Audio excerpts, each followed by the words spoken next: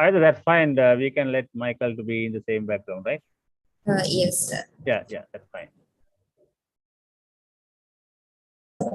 Sir, so I'm going to start the session. So I'm going to add all the presenters to the session, sir. Then I'll give a quick introduction.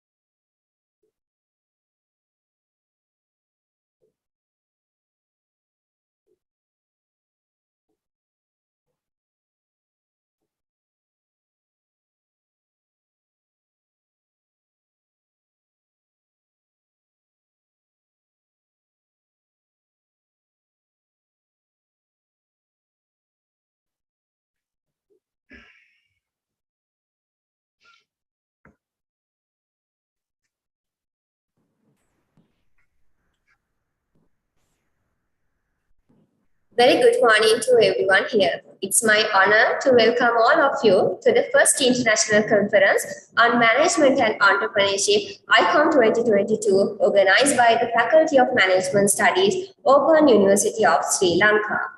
To start off the proceedings of the technical session of the third panel on the track of marketing and supply chain management and tourism, at first, it gives me great pleasure to introduce and welcome our panel chairs today, Professor Lalit Chandralal, Professor Ravi Disanayake, and Dr. Michael Oyunga to this great occasion. So, I'm very grateful to you, sirs, for taking your time off from your busy schedule to attend this important academic activity. Now, let me introduce the panel chair, Professor Lalit Chandralal, to you. Professor K.P.A. Chandralal is a senior academic member who serves as a professor in marketing attached to the Department of the Marketing Management at University of Sri Javadanapura. He has graduated with BCom special degree from the University of Sri Javadanapura and completed his master's from the same university. He earned his PhD at the University of New England, Australia in the field of tourism marketing. He has served as the head of the department during 2016-2019 period. He was also the co-chair of the 12th International Conference on Business Management held in 2015. He is a well-experienced researcher and has published his research work in both local and international conferences and journals, where his research interests include experiential marketing, destination image, sustainable tourism, and service recovery. Next, let me introduce the panel chair, Professor Ravi Disanayake, to you. Professor Ravi Disanayake is a professor in marketing who currently serves as the head of the department in the Department of Marketing Management, University of Kelaniya. He completed his Doctor of Business Administration in Strategic Marketing at Business School of European University, Switzerland. And also, he is a PhD scholar in brand management at Taylor's University, Malaysia. Further, he has got his MBA from Postgraduate Institute of Management, University of Sri Javadanapura, Sri Lanka. And he successfully completed his Bachelor's of Business Management in Marketing special degree at University of Kelaniya, Sri Lanka.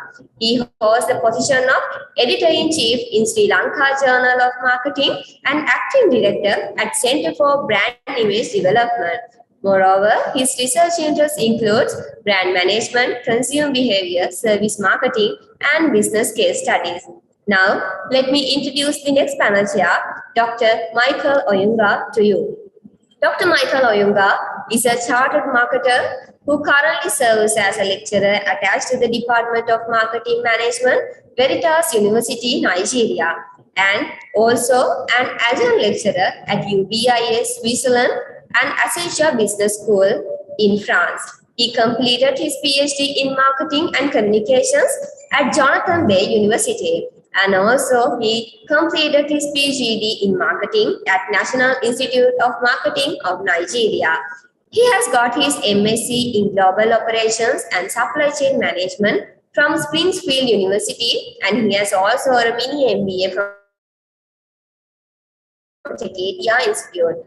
Moreover, he successfully completed his Bachelor of Business Administration degree at RBC Onbajo University. His research interests include strategic marketing, product and brand management, marketing communications, consumer behavior, and distribution and logistic management. So, I give you a warm welcome to the first International Conference on Management and Entrepreneurship, ICOM 2022, and your presence confirms the importance of this occasion. It's also a great honor for me to welcome all the presenters and the scholars and the audience. So, this is the presentation schedule that we are going to conduct today. So may I now very respectfully call upon the panel chairs to take over the session from now on. I also wish all the presenters best of luck. Thank you. Okay, thank you, Aida, for great introduction of the three of us, three session chairs, and good morning to all of you. Still, yes, still morning. So at the outset, I want to say that it's a privilege and honor to chair this session, particularly with another two prominent co-chairs. And this is the first technical session on marketing, supply chain management, and tourism. And so there are 8 papers in this session, and I first invite the paper titled The Effect of Brand Equity and Gender on Customer Loyalty in the Modern Trade Retail Sector in Sri Lanka. So please start your presentation.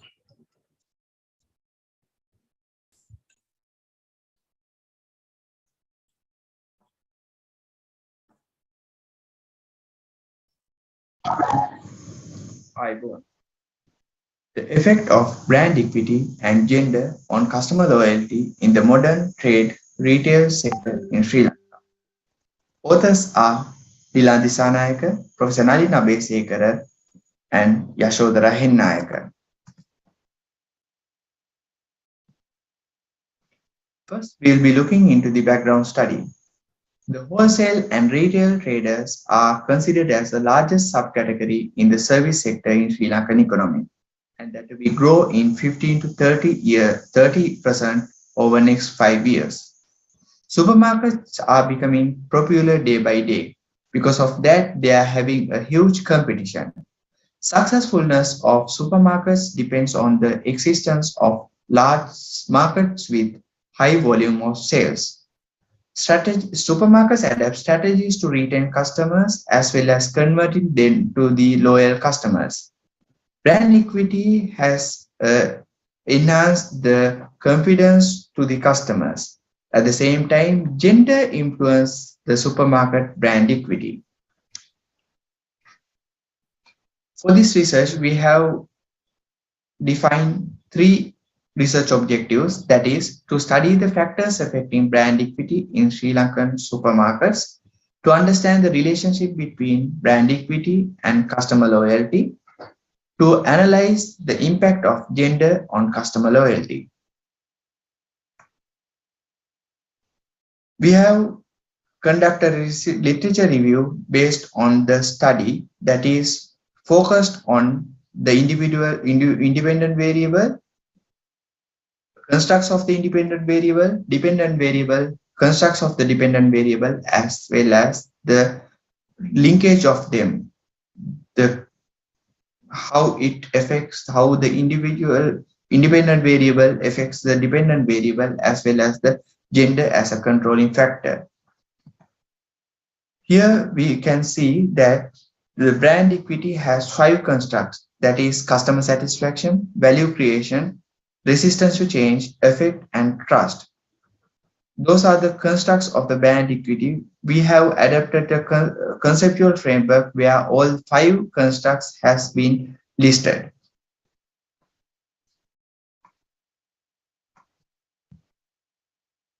In the conceptual framework, we have selected a conceptual framework from Stephen Taylor's 2004 research paper.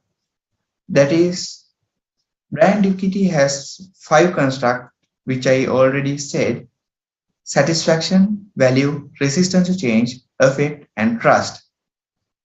Customer loyalty will lay on our right-hand side as the dependent variable.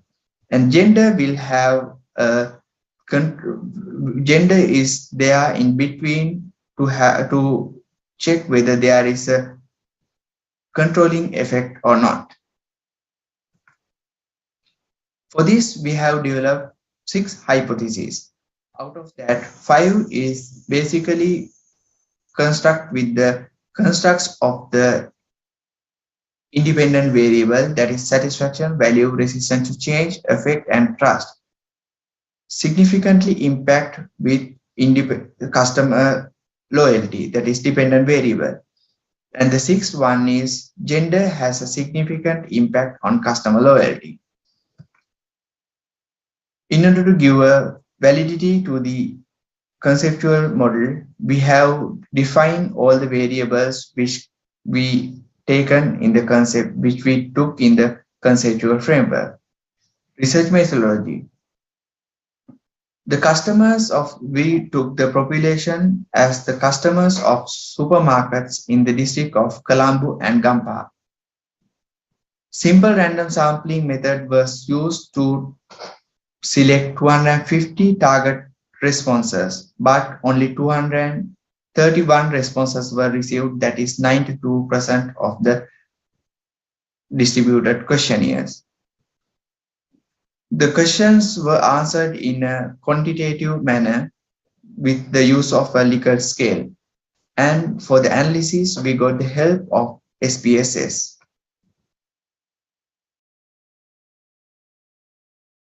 Once the data is collected, we conducted a reliable statistics analysis where the analysis was 0.86, which is higher than 7, that conclude the data was reliable and internally consistent for the further analysis. In the questionnaires, we checked some demographic characteristics as well as behavioral characteristics. These are the descriptive analysis of them. We have conducted the univariate analysis for the dependent variable as well as the independent variable. All the analysis which I said earlier is to understand how our sample is consist. When it comes to independent and dependent variables, we have conducted Pearson correlation, and it was statistically proved that all the variables had a positive relationship between attitudinal loyalty, behavioral loyalty as individuals, as well as customer loyalty as a summation. Data analysis and findings continued. Regression analysis, we have conducted the R-square test, which concluded that 53.8% of the customer loyalty is explained by the independent variables which we selected, that is brand equity, at the same time the construct of the brand equity. ANOVA table reflects that the regression model statistically significantly predicts the outcome variable. Coefficient and hypothesis findings. Since we constructed the hypothesis in a manner that significantly impact or not, we conducted a coefficient analysis in order to test it. It concluded that hypothesis 1 and 2, value and trust, has had no significant impact on customer loyalty. At the same time, hypothesis 3, 4, 5, which is satisfaction, resistance to change, effects, had a significant impact on customer loyalty. Hypothesis 6, gender has a significant impact on customer loyalty. It was rejected from an independent sample t-test. This is the independent sample t-test values which we got. It was concluded that there is no statistically significant effect of gender to customer loyalty. Discussion over the research we conducted. It was concluded that 27% of the users are loyal. So that means most of the portion of supermarket users are not loyal. At the same time, it was concluded that value is not much sensitive, but brand trust and lack of brand trust is little bit effective towards brand equity. At the same time, people are lack to have a change. It was represented the independent variable. The customer loyalty was only described 54% by the independent variable which is selected, that is brand equity and its constructs. When you check to evaluate whether the gender affects the customer loyalty, the result was no. There is no statistically significant effects of gender to customer loyalty. For further discussions, I would like to pass it to the other researchers who are conducting research in the next future, that the supermarkets should focus on value, trust, and satisfaction mostly. At the same time, the research which we conducted is totally based on customer point of view. Thereby, I suggest a researcher to proceed another research on company point of view, that is supermarket point of view towards brand equity to customer loyalty. These are the references I use for this presentation.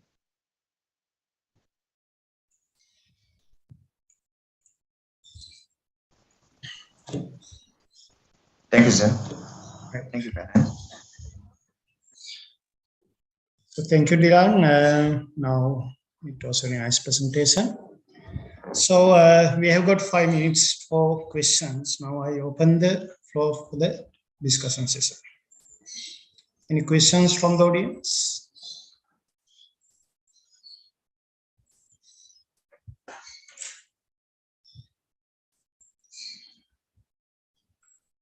Prof. Chandra, can I make clarification? Yes, please. The good presentation and contributes to the management practice is very good. Can you explain how you did execute simple random sampling method for this research?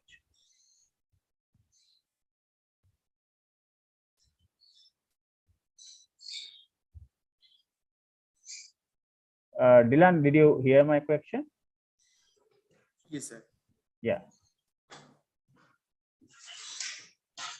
How did you collect the data? I forgot about the technicalities involved.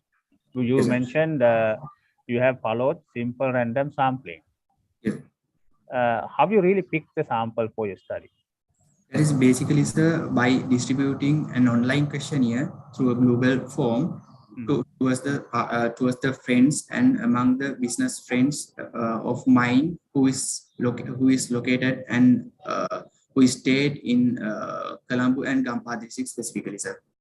Yeah, Dylan, this is just more than a question, the suggestions for you. And actually, the way you have done the data collection is not very simple random sampling, right? It's kind of a purposive sampling, because when you send the Google Sheet, because you have no controls over it anyway. Better, I suggest, because this is a very good paper for your good publication in future. Improve the paper. Maybe you can refine some data collection process again. Maybe do a convenience sampling or judgment sampling, because you are particularly into the case base. And then do the statistical assumption testing before you run your parametric analysis to verify whether data set is normally distributed and meeting the assumptions perfectly. Right? It's more than question. I like to give the suggestions for you. Okay. Right. Understood, Professor. Thank you so much, Professor. Dilan, actually, I also want to give some further comments on your research. Actually, it's a good effort with what you have done, but certain areas you need to improve. Okay. First, I don't know why you have incorporated gender variable with this the brand equity. So without having proper justification with the support of literature, so it's we can't understand why, right? What's the justification behind that variable, inclusion of the variable into the model. And other thing is that brand equity. Now we are familiar with brand equity, the concept introduced by Arkin, David Arkin Kellers. But your dimensions, I don't know where you found these dimensions from several articles. So you found these 5 dimensions from one article. From one article, sir. Taylor's, the research article was given in the presentation, sir. Taylor's 2004 research paper. Sir. So has he tested that dimensions, the scale, well, for Yes, validity and reliability? Yes, sir. In that research paper, he has tested on those constructs, sir. Right. So then, Beta, I think you need to give the operationalizations. What are the items, right? Operationalization table, and also, right, need to give the validity and reliability test. And you have given this cron-batch alpha. Again, I think that's not the proper way. So when we have like 5 dimensions, you need to present 5 cron-batch alpha. You can't combine all these into one variable, right? So you need to give this cron-batch alpha for each dimension. And particularly the way you have the conceptualized the model is wrong. Because this gender, right, it seems that you have tested like a moderating variable, right, moderating variable, but eventually you have tested whether there's a significant difference between male and female, right, of the loyalty. So it is simply, right, independent 2-sample t-test. So with that, we can't test the moderating variable. So moderating variable is whether the relationship is moderated by gender. Right? So please correct these things and take these as constructive, right, comments, and hope you can further improve the your research in the future. Thank you, sir. Gracias. So any comment from Dr. Michael? Okay, yeah, well done, Dylan, for your presentation. Yeah, so I would like to know what is the practical implication of this your research? So shall I answer? Yeah, you can answer. Yes, sir. Since supermarkets are growing drastically these days, and people who going for retail shopping mostly prefer supermarkets at the same time, and they are achieving well retail sector. Since it is a growing industry, so they do have a competition with their own. To overcome the competition, they like to have more loyal customers in their customer database. In order to achieve loyal customers, through this research, I have highlighted that brand equity may affect to enhance their loyalty and to attract more customers to their customer base, and to have productive goals in the future and a confirmed sale on their sales point of view. From this research, I have highlighted and I have emphasized the let's say the aspect of brand equity, how it affects on the customer loyalty, and I have invited the supermarkets to look much into brand equity side when they are doing their promotions and their operational activities. All right. Yeah. Well done, Dylan. Yeah, that will be all from me. Thanks, sir. Right. Thank you, Dylan. And so we can move on to the second presentation. Thank you so much, sir. Thank you so much, panel. Thank you. So our second presentation is about paper titled From Overconsumption to Mindful Consumption, an examination of consumption practices of Sri Lankan consumer activities. So please start the presentation. A very good day to all of you. I am Ishan Vikramasekar, and I'm here to present the findings of a research that myself and Dr. Dushan Jaivikram conducted. So these are the areas that we're going to cover today. And to speak a little bit of background to our research study, we know that climate change is one of the most important topics that has come under the limelight of a lot of researchers, scholars, as well as professional bodies and the corporate sector as well. So we have found that overconsumption is the most important factor that drives materialism of the individuals, and that affects the long-term well-being of individuals, the nature, as well as the animals around us. So because of that, a lot of international policymakers and authorities and organizations are focusing on the importance of sustainable consumption in developing sustainability. And we also found that in order to reduce this overconsumption or to eliminate the overconsumption practices at the individual level, we can instill mindful consumption practices within themselves. So with that, we can actually influence the level of the spirituality of a person as well, which will make those individuals more kind to the other human beings and also to the nature, where they will share universal love, and they will be more considerate of the future well-being of those others as well. So the problem statement of our research study is that we found that the research studies that has been conducted in understanding the different mindful consumption practices of the Sri Lankan consumers are still in its infant stage. So that leads us to the research questions and the research objectives of our study. So the research question is to understand question is what are the mindful consumption practices of consumer activists of Sri Lanka, and the research objective is to explore these different mindful practices of the Sri Lankan consumer activists. And our literature review consists of the major areas of mindful consumption, overconsumption, mindfulness, and also consumer activists. So mindfulness is all about being aware of the present moment. So when we apply this mindfulness to mindful consumption, we become more aware of our consumption, and we think of others and also the nature and the animals, and we try to eliminate or try to manage our consumption to a sustainable level. So that is actually the link, and we have used consumer activists because they are more towards controlling their consumption practices with their anti-materialistic practices and also mindful other practices as well. So our sample actually includes not only consumer activists but also social activists of Sri Lanka as well.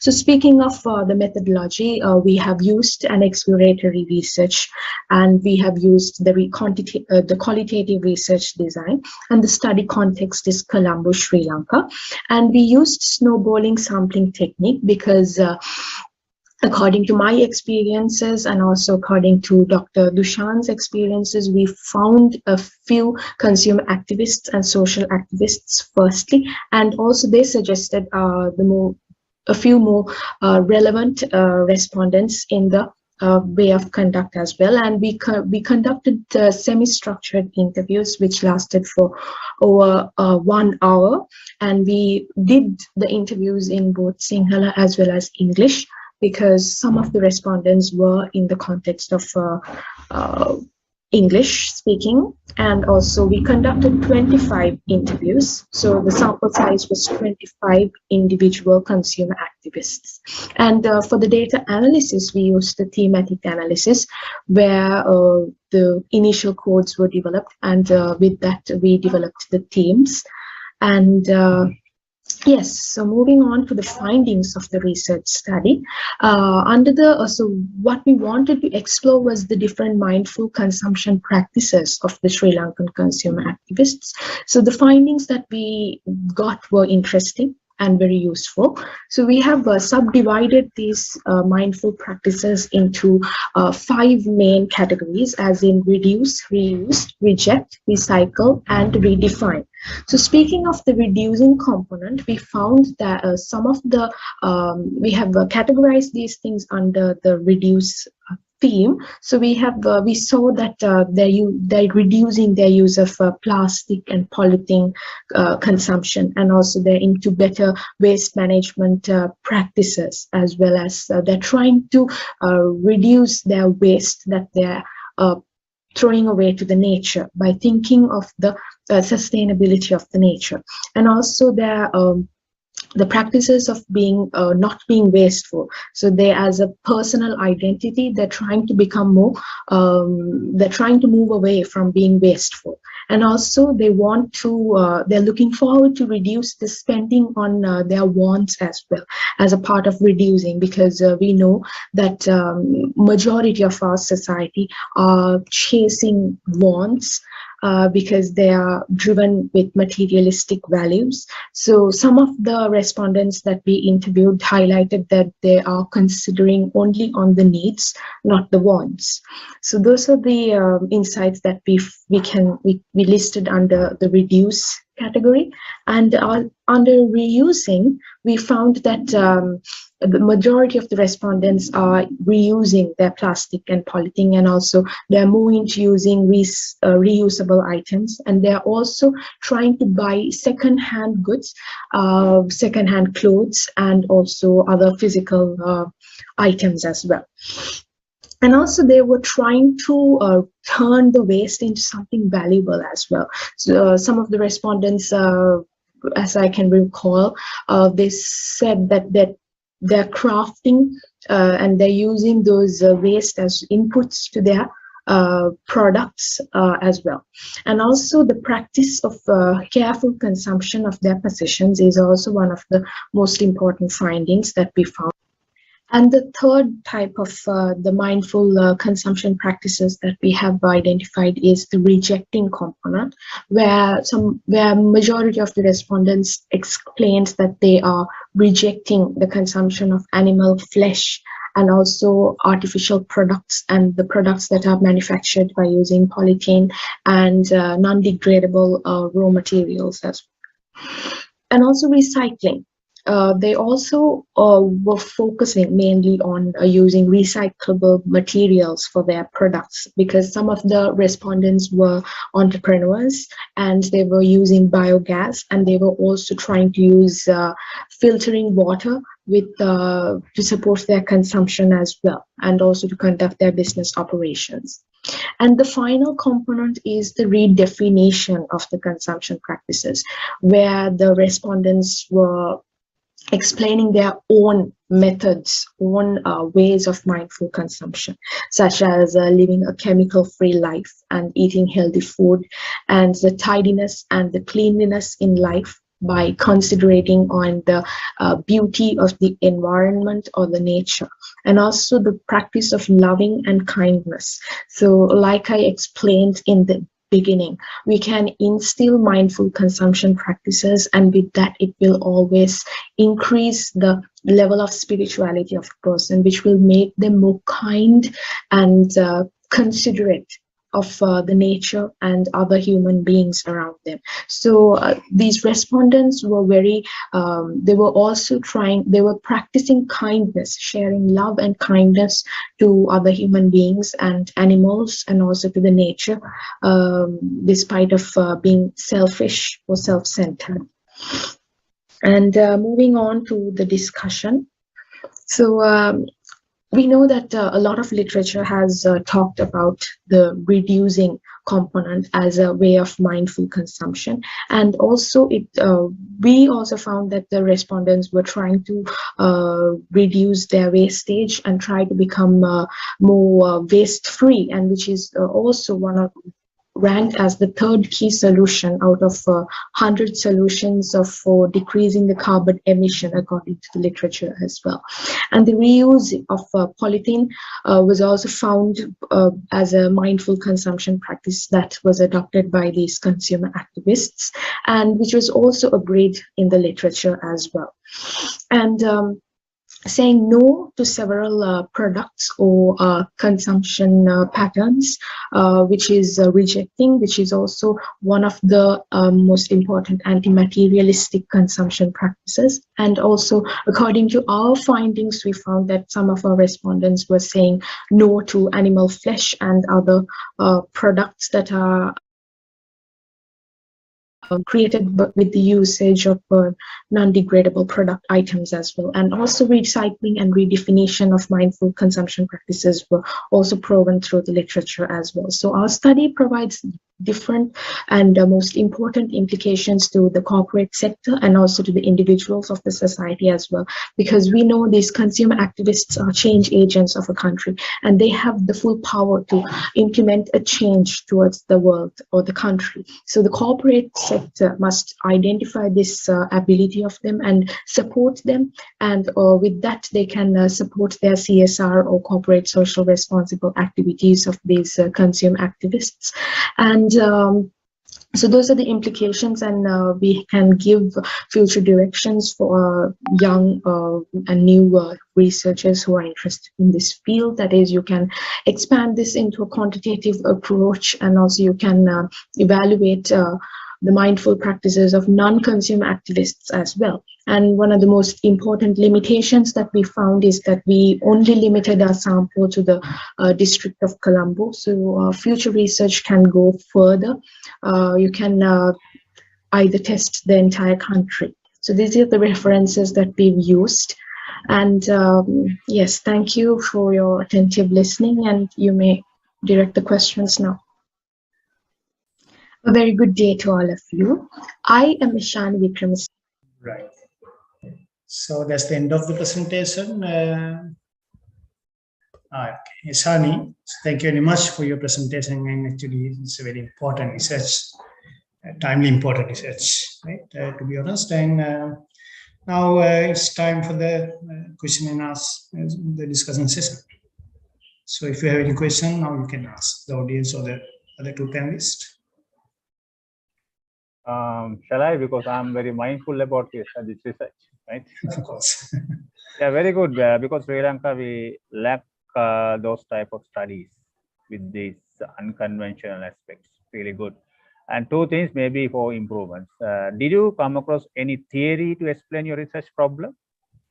A theory? Yes. To explain the research problem? No, actually, this was a part of my undergraduate research study. What we the thought that came at us to is that the spirituality. The spirituality is actually promoting mindfulness within people. So that was actually the link, and this was a part of that research, the entire research. So we found that we were able to find how these consumer activists were perceiving overconsumption. And the second finding was actually the different right. Ishani, so yes. I didn't ask that much, right? I just asked whether you have used a theory for your improvements. I'm telling you, there are theories for this type of studies. Make sure to have a theoretical perspective association, that's called underpinning perspective theory. Then it gives a lot of value for a study, because I love to see your one gets published in a good journal. And maybe you can come across, maybe to support your practice gap even. Now there's another upcoming area called panic behavior, panic consumption. So even you can see nowadays for the poll, we have the panic consumption. It creates unnecessary competition, so overbiting of the consumer's mind. So get some latest thing involved to your literature review and the practice issue. So then it creates a lot of managerial validity for your study. So that's going to be a real value addition. And you talk with your supervisor. Yes. He will definitely contribute for further improvements. Well done. Yes. Thank you very much, sir. So any other questions from the audience? Ishani, now this you have collected data from 25 customers, no? So first, who are these consumer activists?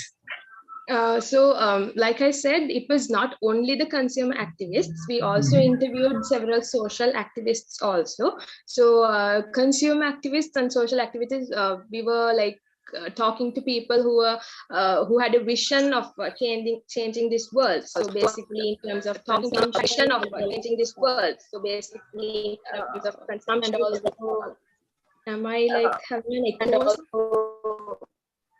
Am I having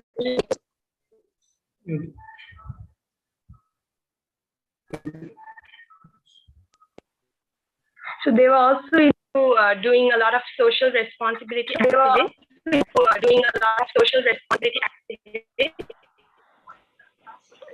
Yes, Yeah. Mr. Lim interrupts some. Yes, Yeah. Mr. Lim interrupts. Entrepreneurs were into social causes, as well as individual social causes, as well as individual. So I think, right. So I think, right. So we can move on to the next presentation. Thank you very much. So we can move on to the next presentation. Thank you very much.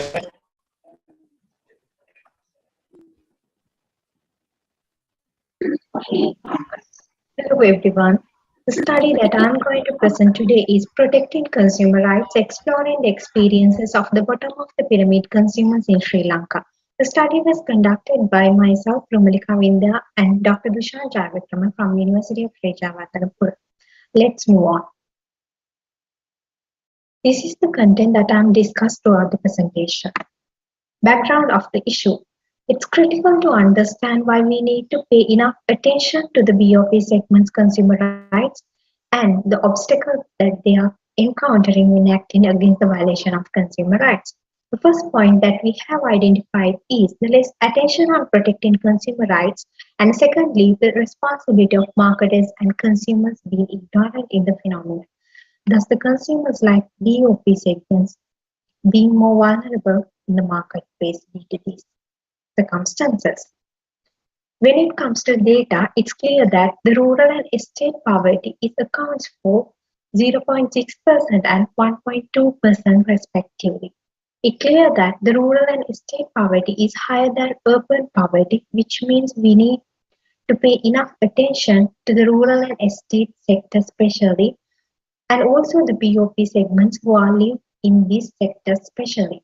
Also, we need to identify the scope of consumption of these consumers and the restrictions for the consumer consumption patterns. And also we need to identify the obstacles that they are encountering when acting against the violation of consumer rights.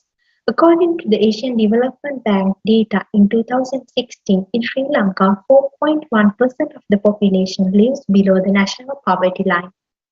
And also here I mentioned some of the beneficiary figures in order to emphasize that still there is a significant portion who are taking the safety net mechanism protection still. So we need to pay enough attention still in order to identify the restrictions that these people encountering when acting against the violation of consumer rights. So the problem statement is like this. As vulnerable consumer group, BOP consumers were clearly confronted with critical circumstances in the marketplace as a result of various economic and social factors such as illiteracy, limited purchasing power, and less education. So how, as a person's stability can be enhanced primarily through economic stability and other protective mechanisms and legal provisions, ensure the active participation of consumers and traders in the smooth flow of marketplace activities. Although there are certain legal provisions and governmental institutions in Sri Lanka to ensure consumer rights, it's debatable and arguable whether the people who live in the bottom of the pyramid or the vulnerable circumstances receive the ideal protection against the misleading practices. The research questions aligned as below. The research question is, what are the barriers encountered by BOP consumers when acting against the violation of consumer rights? And research objective is to determine the barriers encountered by BOP consumers when acting against the violation of consumer rights.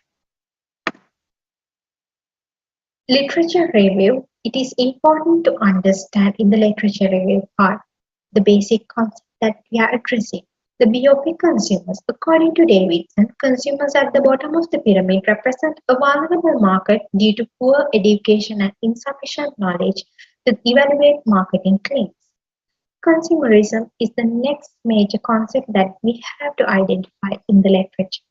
Consumerism is denoted as all the efforts taken to ensure the protection of the consumer rights in a particular society. Consumer rights is derived from this broad concept of consumerism, and the first step was taken by globally was the US former President John F. Kennedy in order to sustain these consumer rights in 1962. The proposed bill was taken into consideration in several countries in preparing the local national consumer rights mechanism. According to Henry, he has mentioned that there are four major basic rights: right to choice, right to be heard, right to information, and right to be safe. Then we need to identify who is a vulnerable consumer. Vulnerable consumers are the consumer group where they encountered a state of powerlessness in the marketplace due to any uncontrollable situation in the environment. Also, here as Stephens mentioned that there are certain circumstances or the factors that people become vulnerable. Child literacy level, experience in the marketplace, inability to define consumption goals smartly, limited access to products and services, and mobility barriers. So let's move on to the methodology.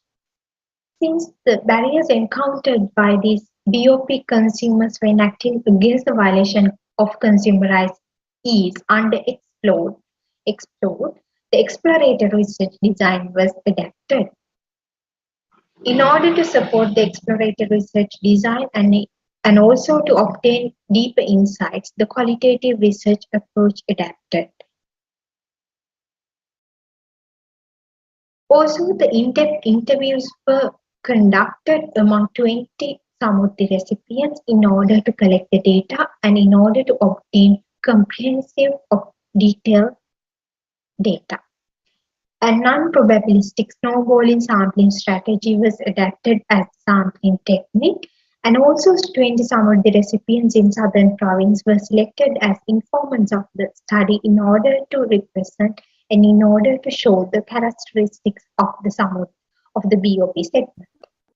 And data analysis approach was the thematic analysis approach, and after transcribe the data, the repetitive codes and patterns were identified, and according to analysis, the findings were aligned as below.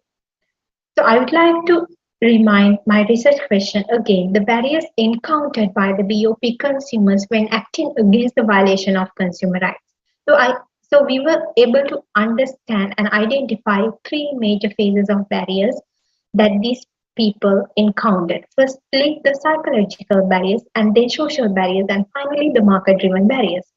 The psychological barriers, under the psychological barriers, dependability and protecting the dignity was identified. Dependability means most of these consumers, majority is doing the credit-based purchases from their village shop. So they are unwilling to go for higher level, even though that they feel that their rights have been violated due to this dependability. So they are thinking that they can't sustain these credit-based purchases.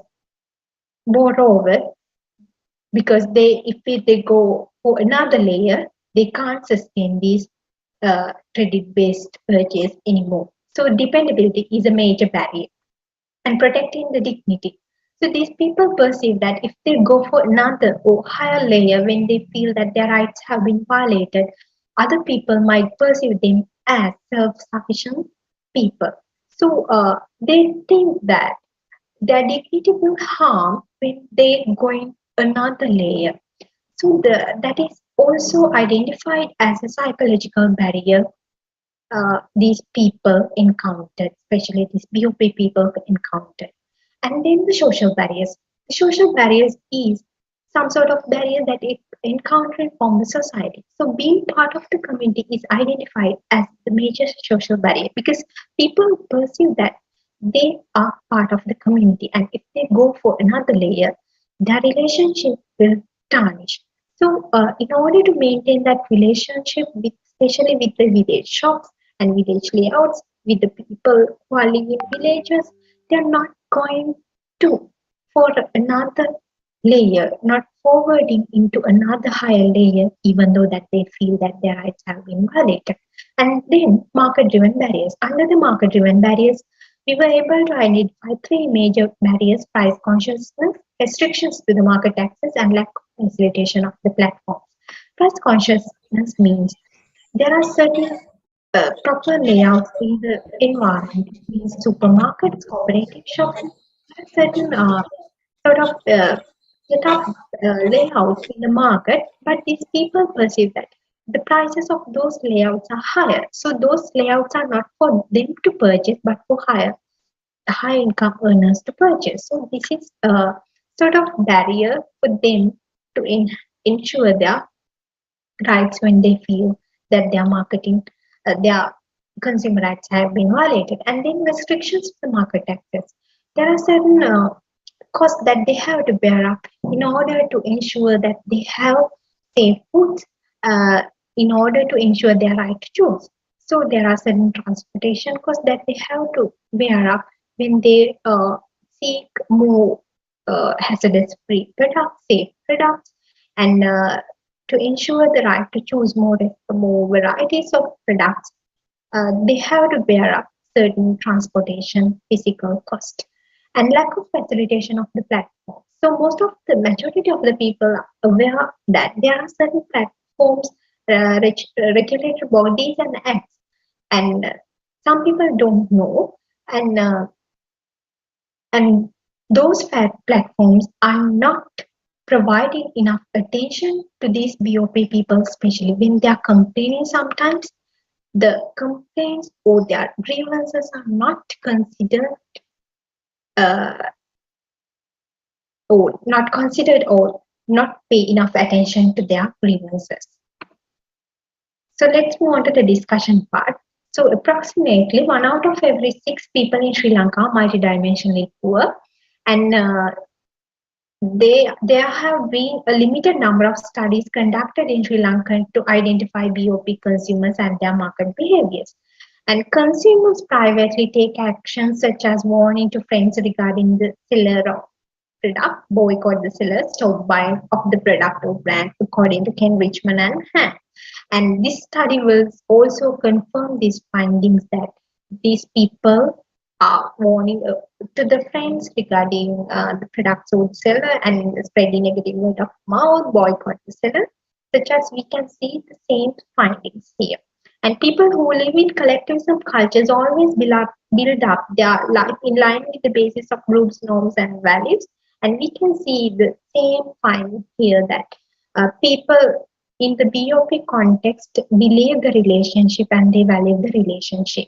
Despite the fact that cultural boundaries have an impact on Asian countries' economic system, there should be a proper legislation for people to move on to individualistic decision making, which can be enhanced through consumer education. Also, there are 4 phases in the consumerism stage, and as a developing country, I feel that we are still in the first stage of consumerism, where consumers feel non-protection against the business behaviors. And practical implication, the current study conducted in the qualitative phase, and it might limit the ability of generalizability of the findings. The respondents are unable to fully recall their experiences on the violation of consumer rights. Therefore, future researchers can overcome from this limitation by adapting the non-contrived participant method.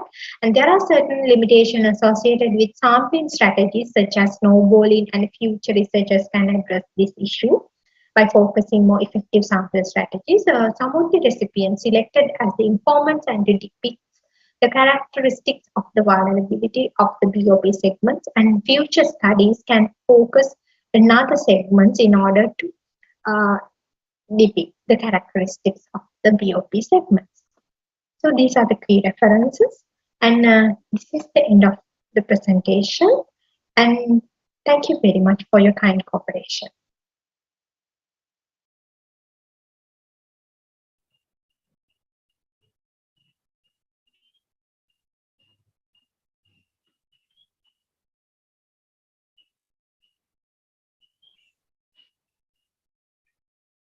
Prof. Lalit, are you there?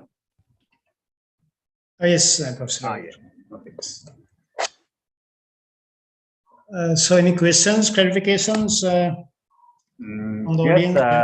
Prof. Lalit, can I give my idea, comment for that? Yes. Rumali, right? Rumali. Yes, sir. Okay, very good area, because we saw this is one of the new areas we need to understand in Sri Lankan consumerism. And especially when you do your literature review, did you meet a concept like implication, concept like frugal production and all this stuff? To be honest, actually, no, sir. I haven't heard of. Yeah, very good, because that's why I just very eager to give this comment for you. Now, when you do this study, especially bottom of the pyramid consumption and precious people do have it.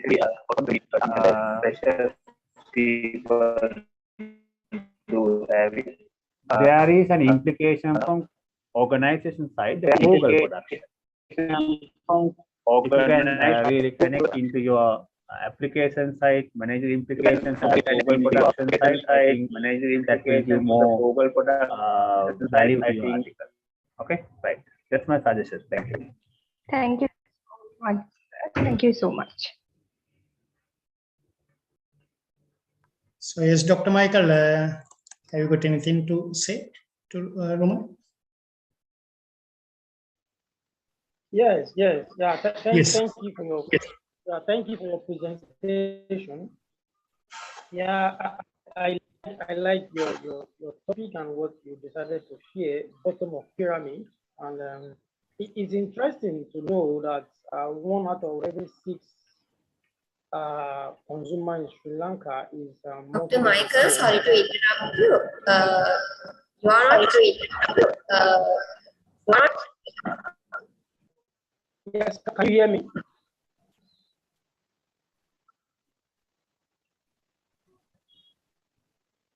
Hello, can you hear me? Yes. Okay. Yeah, I was saying that. Yeah, I like the presentation was okay. The 1 out of every 6 Sri Lankan is multidimensionally poor is really interesting to know.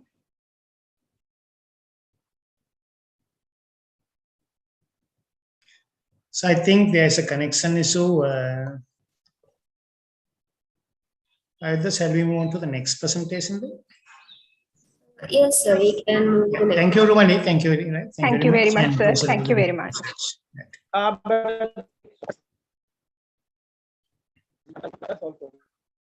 Thank you.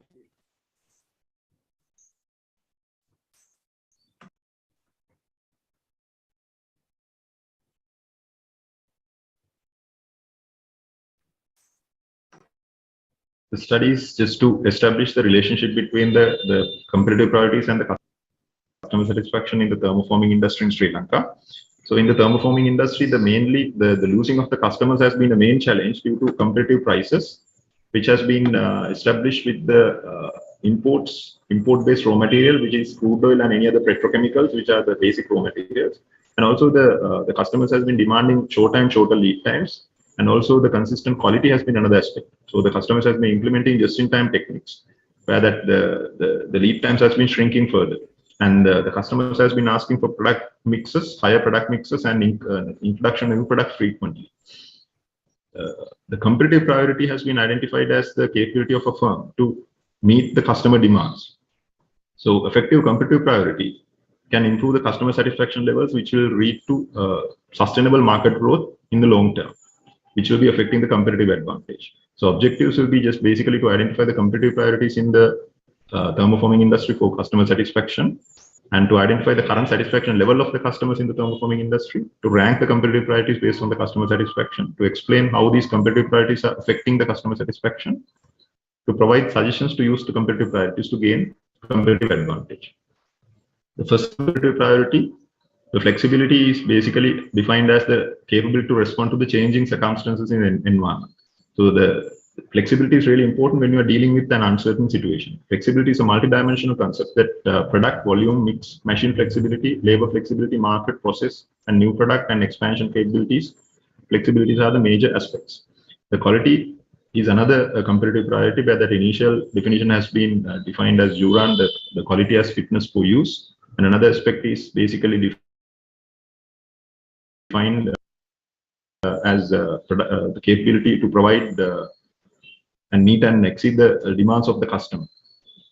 And quality is also a multidimensional, where that it is talking about performance, features, reliability, conformance, durability, serviceability, aesthetics, and perceived quality. So basically, quality is identified as a strategic weapon, and the Porter has identified that the quality can lead to a differentiation strategy based on different features. The cost is also a relatively important competitive priority, which can lead to a competitive advantage based on the cost leadership. So low-cost manufacturing is really important when you are just going for lower profit margins and shrinking profit margins. And the cost leadership strategy can achieve low-cost advantage than its rivals, and also can differentiate based on the low cost or achieve higher margins. In the delivery that we are defined as delivering the right time, right quantity in the right time, in the right place from the right source. So delivery capability is a time bound, where that it defines like how quickly and how reliably the product can be delivered, and how improvements and to the products and processes can be also delivered is also identified in the delivery. The innovation is basically twofold, that the technical innovation is talking about new process, new product, and new service innovation. Administrative innovation is talking about procedures, policies, and organizational structure innovations. Innovation, when you are linked with the strategic orientation, it can increase the customer satisfaction, customer loyalty, and gain higher market potentials. So productive innovations are just stemming from new ideas or inventions that will lead to a high quality products or services that can achieve the growth. So the competitive advantage is directly linked with the low cost, quality, and quick delivery, and flexibility, which are becoming strategic capabilities, which will lead to competitive advantage. And Helms also identify the quality and productivity as strategic weapons for competitive advantage. So another study by Molina has identified the technological provision, financial management, quality of products and services, and after-sales services as determinants of the competitiveness. So RBV method, so resource-based view of the firm, has also identified these internal capabilities can lead to competitiveness of the firm. So the customer satisfaction has been identified as the disparity between the performance versus the expectations. So the study by Poises in 1988 identified the satisfaction as the discrepancy between the observed and the desired, where that value perceived disparity theory identifies consumers can be simply satisfied even by providing non-expected functionalities. Comparing the product's perceived performance versus expectations can cause pleasure or disparity according to the Kotler. And the overall satisfaction has a strong positive relationship between the customer loyalty. When you identify the competitive priorities and the customer satisfaction, the relationship between the product quality and the cost has been directly linked with the customer satisfaction, and product quality and design is also linked with the customer satisfaction. Similarly, the innovation, delivery, and flexibility has been established with the customer satisfaction and with its relation with the customer satisfaction by several separate respective studies. And according to the literature review, we have identified these independent variables of cost, quality, delivery, flexibility, and innovation, and it's linked with the customer satisfaction, which is the dependent variable. So, and the hypothesis, we are just assuming the positive relationship between the low cost, quality, delivery, flexibility, and innovation, which are the independent variables, with its dependent variable, customer satisfaction, respectively. The sample size will be the 75 corporate customers, where that will be just looking at the non-probabilistic sampling, and the purchasing and executive managers will be the basic unit of analysis. We will be just developing the survey questionnaire based on the literature review, and reliability analysis was also carried out, where the convex alpha was reached to 1 by revising the questions. When you are looking at the descriptive statistics, we can look at that overall customer satisfaction level has been slightly above the neutral level. And also, when you're looking at the independent variables, they are all above the neutral level, which is a positive sign. When you are looking at the correlation analysis, the highest Pearson correlation coefficient is basically for quality, and the second highest is for the low cost at the 0.001 significant level. And the third highest is the delivery 0.602 Pearson correlation coefficient. And relatively low Pearson correlation coefficients are identified as for the flexibility and innovation. And when you are just looking at the regression analysis for the low cost and the customer satisfaction, you can identify the beta value as 0.774 at the 0.00 significant level, which is a positive, strong, and significant relationship where that intercept is 1.602 and slope is 0.569. The quality and the customer satisfaction, we can identify another strong, positive, and significant relationship where that beta value is 0.873, significant level of 0.000, and the intercept is 1.410, where the slope is 6.36. For the delivery and customer satisfaction, we can identify moderate relationship, moderate positive significant relationship, the beta value of 0.602. And flexibility and the customer satisfaction, we can identify weak positive significant relationship, where the beta value is 0.461 at the 0.00 significant level. And for the innovation and customer satisfaction, we can identify also weak significant and positive relationship, where the beta value is 0.303 at the 0.260 significant level, with the intercept of 2.692 and the slope of 0.251. And when you are considering these objectives, the first objective is identify the competitive priorities. In this literature review, in the survey questionnaires, we have identified, we have included a question for identifying these other competitive priorities which will lead to the customer satisfaction, and we'll identify the credit terms, reliability and responsiveness, environmental concerns, and user friendliness, product development, recycling, after-sales services, and customer focus and technological know-how as other competitive priorities which can lead to customer satisfaction. And identify the current satisfaction level. We have identified that the customer satisfaction is varying from 2.8 to 4.4, but it's always about the neutral level, which is in the 3 in the Likert scale. That is the median mean value of the customer satisfaction has been 3.6. We have ranked the competitive priorities according to the customer satisfaction. The majority of the rank 1 has been achieved by the quality aspect, which is 39, which is 66%. The rank 2 has been achieved by the first aspect. So the 3, 4, and 5th, 3rd, 4th, and 5th, the ranks has going to the delivery, flexibility, and innovation respectively. And we have identified the competitive priorities and its effect to the customer satisfaction. We can identify there is a strong positive and significant relationship between the low cost and the customer satisfaction. And also the quality and the customer satisfaction, there is a strong positive and significant correlationship. For the delivery and customer satisfaction, we can identify moderate, positive, and significant relationship. Both the flexibility and innovation, we can identify weak, positive, and significant relationships. When you are identifying the competitive advantages and how can we achieve the competitive advantages based on competitive priorities, we can identify the both cost and the quality have got a higher relationship, a very strong relationship, where that increasing of cost and quality has been recommended to improve the to achieve higher customer satisfaction. So overall, higher customer satisfaction leads to higher order volumes and achievement of new customers and reaching new markets. Current satisfaction is slightly above the neutral point, where that quality, low cost, delivery, flexibility, and innovation is according to the sequence has been identified as important factors for customer satisfaction. Also, there are new customer satisfaction factors which are just stemming from these the new competitive priorities which has been identified in the study.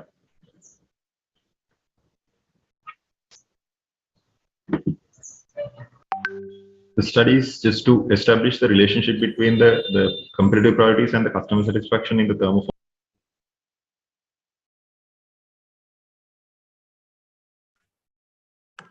Right. Thank you very much for the presentation.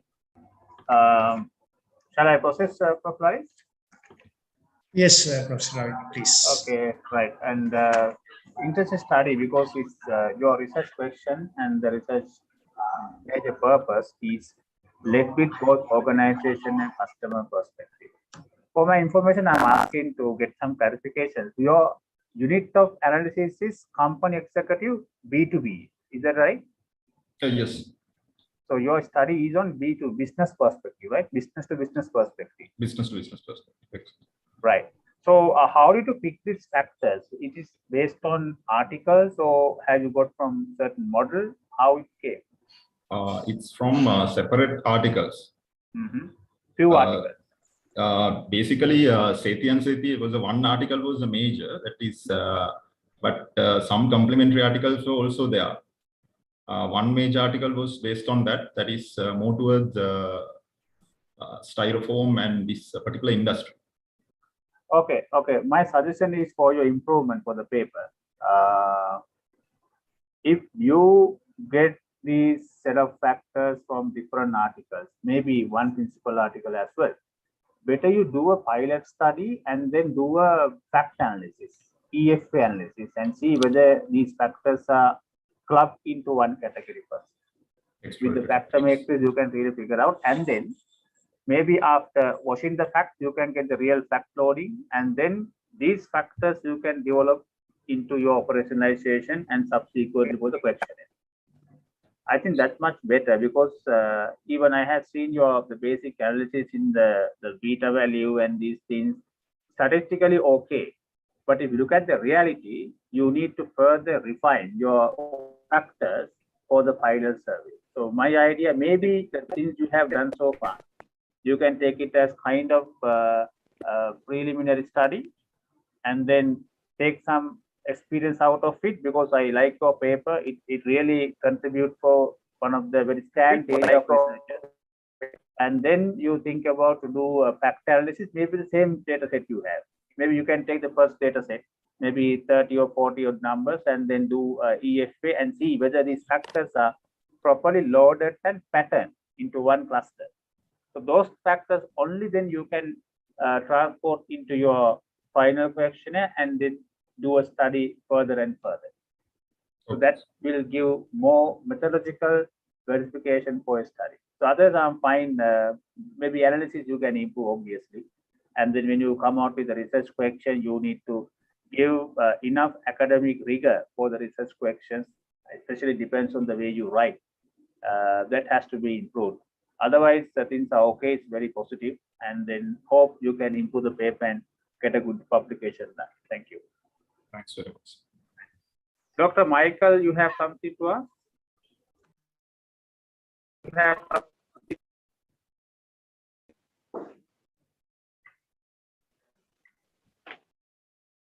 right. Prof. Lalit, anything to contribute? Professor Ravi, now I have one clarification from Metsili. Yes, sir. So now you have collected data from the managers, corporate players, no? B2B. Yes, 75%. So how did you measure the customer satisfaction then? Sorry? How did you measure the customer satisfaction? Because you collected data from managers, no? How did you measure the dependent variable? The customer satisfaction. Yes. Yeah, the customer satisfaction. They were like there was a survey for the customer, the purchasing managers and the purchasing executives of the particular purchasing organizations were interviewed. Right. Okay. Purchasing managers and the purchasing executives. So actually, they were the customers. So you used 2 questionnaires, no? No, so that measuring the independent variables. So we need 1 questionnaire to measure the dependent. I guess you need to have another one. They were basically from this. The sample was just taken from the purchasing managers and executives, and for the customer satisfaction. Yes. Okay. And the other thing is that now, because you have got several factors, so I totally agree with Professor Ravi. First, you need to perform a factor analysis to find the correct factors, right? Now, so when you have several factors, better to go with the multiple regression rather than performing regression for each variable. So then you get this total predictable, right, ability of the total model. Yes. Total model R square. Yes. Okay. And I think Professor Ravi, I think I just came across these some of these other factors such as creditworthiness, and some of these factors were not established in literature review. So that was the one reason, and they were sticking to these conventional competitive priorities. So I think now we'll be able to progress with the new findings.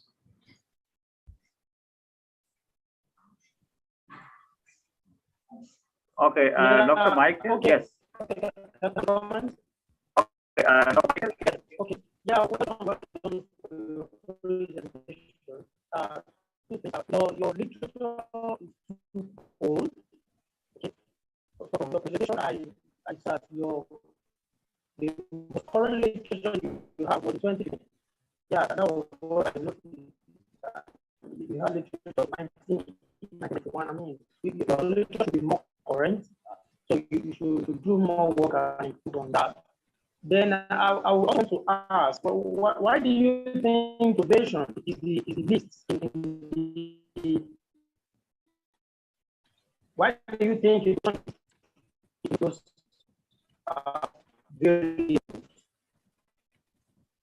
Professor Ravi, we can't clearly hear. Yeah. Dr. Michael, you are not audible enough. You are not audible enough.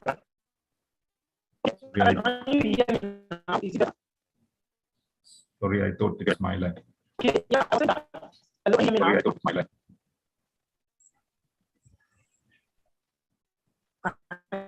Can you hear me now? Can you hear me? Dr. Michael, no. You are not audible enough for us. So if you can switch off the video, I think it will be better, like Dr. Mike. Sorry.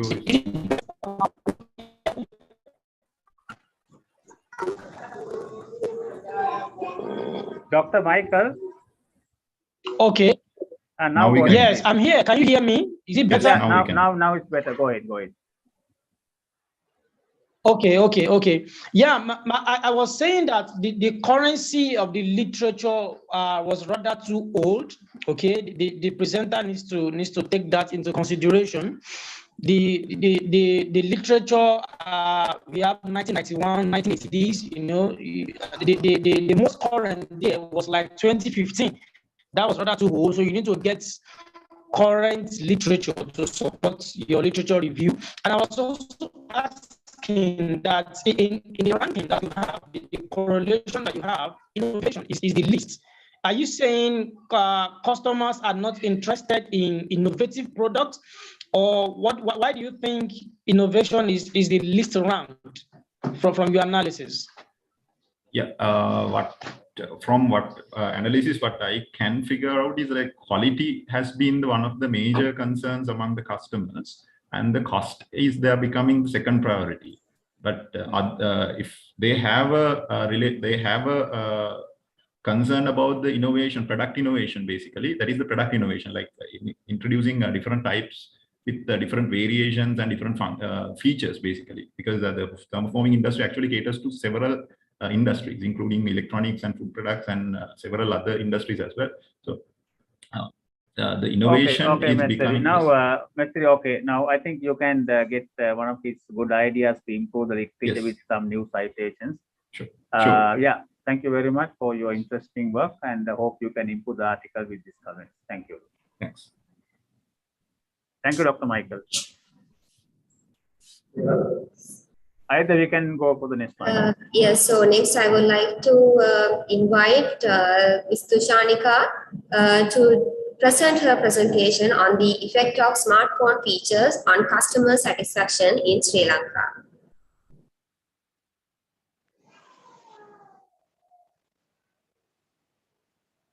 Good morning to you all. First of all, we would like to the conference committee for accepting our research paper under the topic of the effect of smartphone features on customer satisfaction in Sri Lanka for this first international conference on management and entrepreneurship. I am Dushanika, working as an instructor at Faculty of Engineering, University of Peradeniya, and my co-author, Mr. Shrikant. He is working as an IT demonstrator at Open University of Sri Lanka. This is the content which I am going to present today. So let's move to the introduction part. COVID-19 impacts all sectors in the world, including technology. It is one of the major reasons for increasing the demand and use of mobile phones and other technologies in Sri Lanka. Today's business environment is more dynamic and competitive due to the continuous and rapidly changing environment and dramatic innovation in information technology. So today's smartphone is taking role of computer, making it possible to do a lot with these small handheld devices. It has a broad use such as sharing information, paying for products, browsing and shopping. There are more than 2 million fixed and more than 18 million mobile broadband subscriptions are available in June of 2021 in Sri Lanka, according to the Statistical Overview Report. So when we come to the customer satisfaction as the personal feeling of pleasure resulting from comparing a product's perceived performance in relation to his or her expectation. However, most of the customers concentrate on buying a particular brand, whereas others buy some other brands. So the product features are related to the element of a product that helps to meet profitable satisfaction level on consumers' needs and wants. This customer satisfaction is one of the profitable tools used by the companies. So in every businesses, consumers are the center of the successfulness. In order to be successful, an organization must fulfill the needs of consumers and their preferences too. So marketers must study the targeted consumer expectations, perception, preferences, brand awareness, and behaviors. So understanding the consumer satisfaction is an essential thing in the contemporary business environment. When we see the scope and objective of this study, the main objective is to examine the effect of smartphone features on customer satisfaction, and there are some specific objectives also there. The first one is to identify whether there is an influence of smartphone design, influence of smartphone applications, influence of smartphone functions, influence of smartphone usability, and influence of smartphone prices on customer satisfaction. And the second one is to identify the status of cellular mobile phone subscription in Sri Lanka. And the third one, identification of the types of smartphone usage in Sri Lanka. When we come to the methodology part, this study adopts both qualitative and quantitative approaches to collect primary data using a mixed method approaches such as online questionnaires, surveys, and interviews with several smartphone users. And secondary data also collected from several resources such as journals, publications, magazines, and all. The random sampling method was used to select 200 smartphone users in Sri Lanka, and the data were analyzed through SPSS version 25. Here we have used the descriptive analysis method to analyze and describe the data with help of many tables and charts as well. When we see the conceptual framework of this research, we have chosen 5 independent variables like smartphone's design, applications, function, usability, and device price. And there are 2 dependent variables like customer satisfaction and customer loyalty. How these 5 independent variables influence on customer satisfaction and customer loyalty. When you see this chart, you can identify that from the 2002 to 2021, how the mobile phone subscription happened in Sri Lanka. According to the Central Bank Report 2021, the number of cellular phone is 143 out of 100 people, and internet penetration is 79.9 in Sri Lanka. So as I said earlier, there are more than 2 million fixed and More than 18 million mobile broadband subscriptions are available in June 2021 in Sri Lanka, according to the Statistical Overview report. When we come to the profile of sampling method, there are 55% men and 43% of women uses smartphones in Sri Lanka. When we come to the age factor, there are 43% of users are between of ages 18 and 24. 30% people are under the age of between the ages of 25 to 35, and 45.5%, the maximum people are between the ages of 46 and 55. When we come to the educational background of the smartphone users, 12.5% of smartphone users are below O level, 21% people are past the O level, and 32% people past the A level. 15% are undergraduate and 5.5% are graduate, same as that 5.5% are professionals. And their monthly income, mostly, 48% people have monthly income of between 20,000 and 40,000. When we come to the types of smartphone usage among the users in Sri Lanka, there are so many varieties used by the Sri Lankan people, such as Samsung, Huawei, Vivo, Oppo, Apple, iPhone, Redmi, Nokia, Realme, HTC, and some other brands too. According to this, there are 32.5% people, that is the maximum amount people are using Samsung in Sri Lanka. After that, 15.5% people are using Huawei, and the less amount are 2.6 and 2.5% people are using HTC and other brands as well. When we come to the factors that influence on customer satisfaction, smartphone users highly accept that there are a variety of applications on their smartphones. Among the users, most of them accept the following things. My smartphone looks attractive. The design of my smartphone is good. There are varieties of application on my smartphone. Application on my smartphone are useful. The functional performance of smartphone is good, and smartphone offers high performance. However, they accept the following issues with great skepticism as well, such as my smartphone is easy to use. It is easy to use my smartphone to do what I want to do, while they are neutral about accepting the price of their smartphone and it's worth the paid price. When we come to the hypothesis testing of this research, hypotheses were tested using correlation and path coefficient analysis. From this summary table, you can understand that smartphone design is partially supported on the customer satisfaction, and smartphone application, smartphone function, and smartphone prices are supported to the customer satisfaction, and smartphone usability is partially supporting to the customer satisfaction. According to these findings and discussion, we can conclude this research.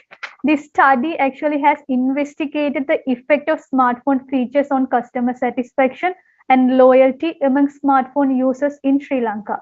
According to that finding of this study revealed that all 5 dimensions of smartphone models, such as design, application, function, usability, and price, has a higher number of customer satisfaction amongst smartphone users in Sri Lanka.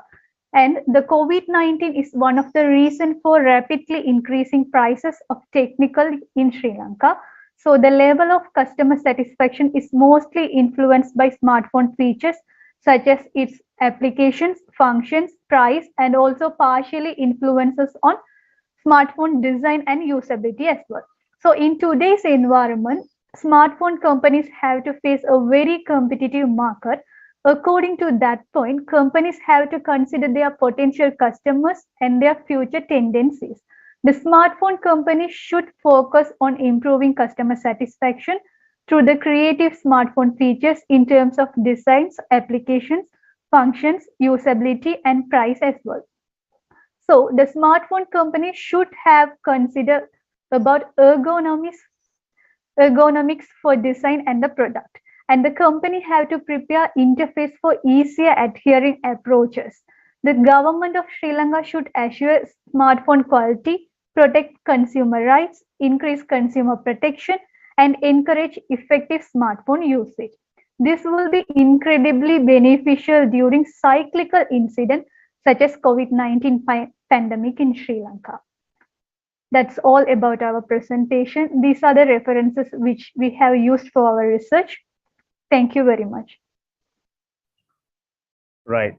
Thank you very much for the presentation. Right.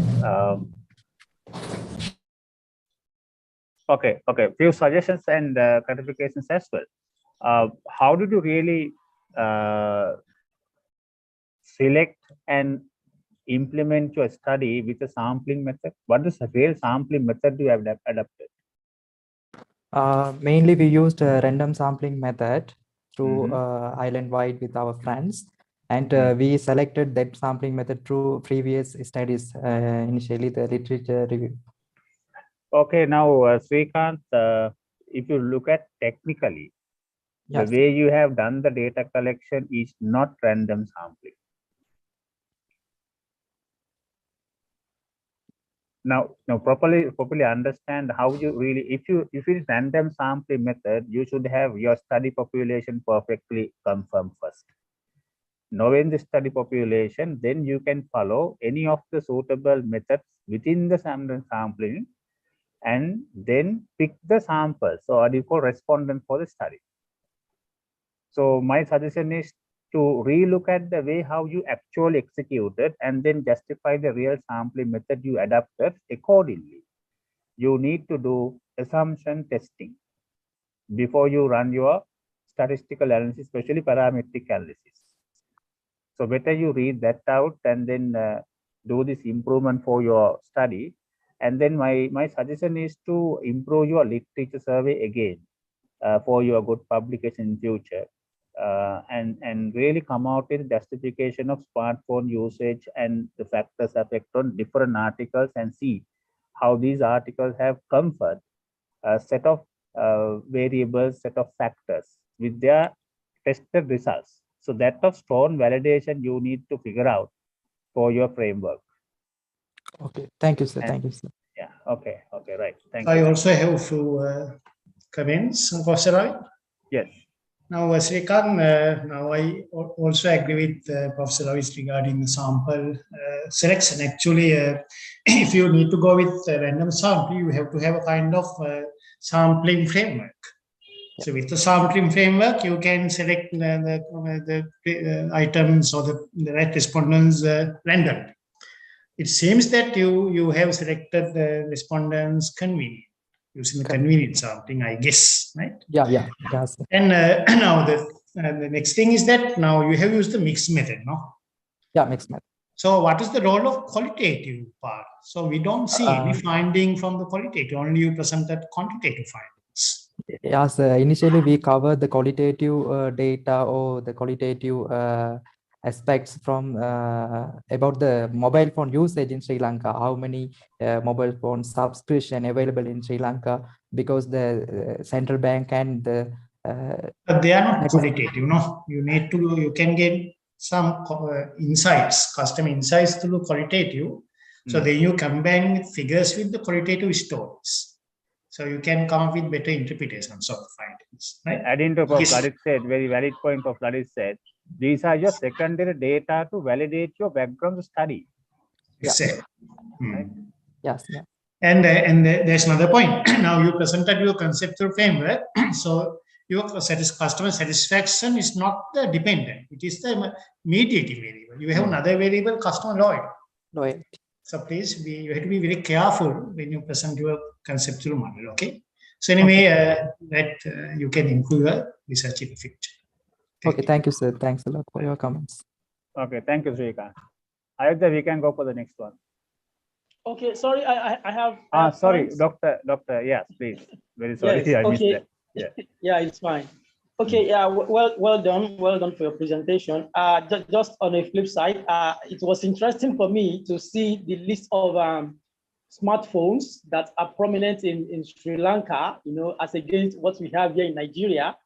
there are some differences. Like here in Nigeria, we have Infinix. I didn't see Infinix being listed over there. And then I also saw Ramsey or something. Yeah, it's not here. Okay. Apart from that, yeah, I saw that your DV, your dependent variable, you have two of them. You have satisfaction and loyalty. But you didn't tell us, your analysis only showed that part of loyalty. You didn't see anything as regarding, I mean, it was only satisfaction that your analysis showed. You didn't see anything about loyalty. So I don't know if maybe you have to remove the loyalty part from your conceptual framework so that you just concentrate on satisfaction. Because even your hypothesis, if you are going to test both satisfaction and loyalty, then you wouldn't have just 5 hypotheses. You'll be having up to 10 hypotheses, you see, because each of your DV, each of your IV variable will be measuring against the 2 DV that you have, but that was not shown in your analysis. So I am of the opinion that you just remain with satisfaction and leave loyalty out. Yeah, well done. Yeah, sir. Thank you. Yes, thank you, sir. So next, I would like to invite Ms. Kasuntika to do her presentation on the topic on the impact of value proposition of food delivery apps on consumer impulse buying behavior during the COVID-19 crisis. Dear Sir, Madam, thanks for giving this opportunity to present my research study in International Conference on Management and Entrepreneurship. First of all, move to the introduction part.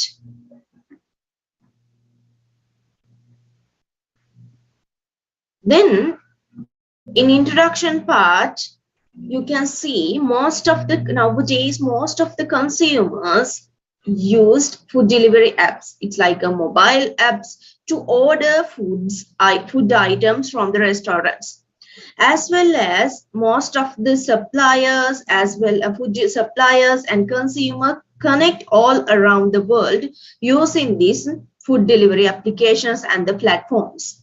Then this app is a type of online to offline mobile service because consumers allow to order goods and services via online, as well as have them delivered to them, the consumers, offline.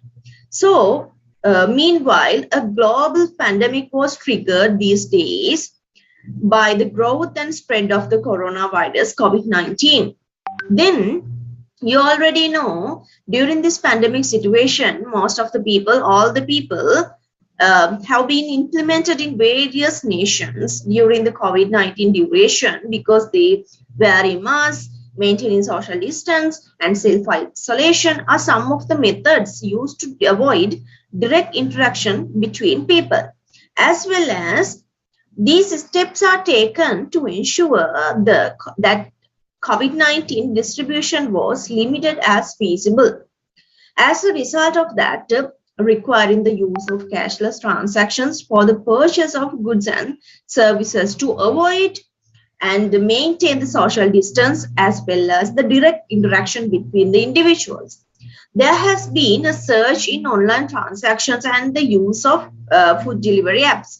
So that's why the research problem is to extend how valuable proposition of food delivery apps on consumer impulse buying behavior during the COVID crisis.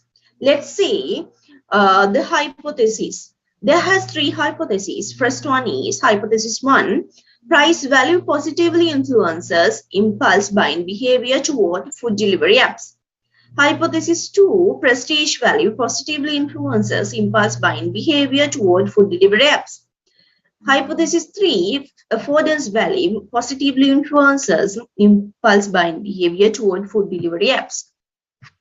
Then move to the review literature. First of all, let's look at food delivery apps.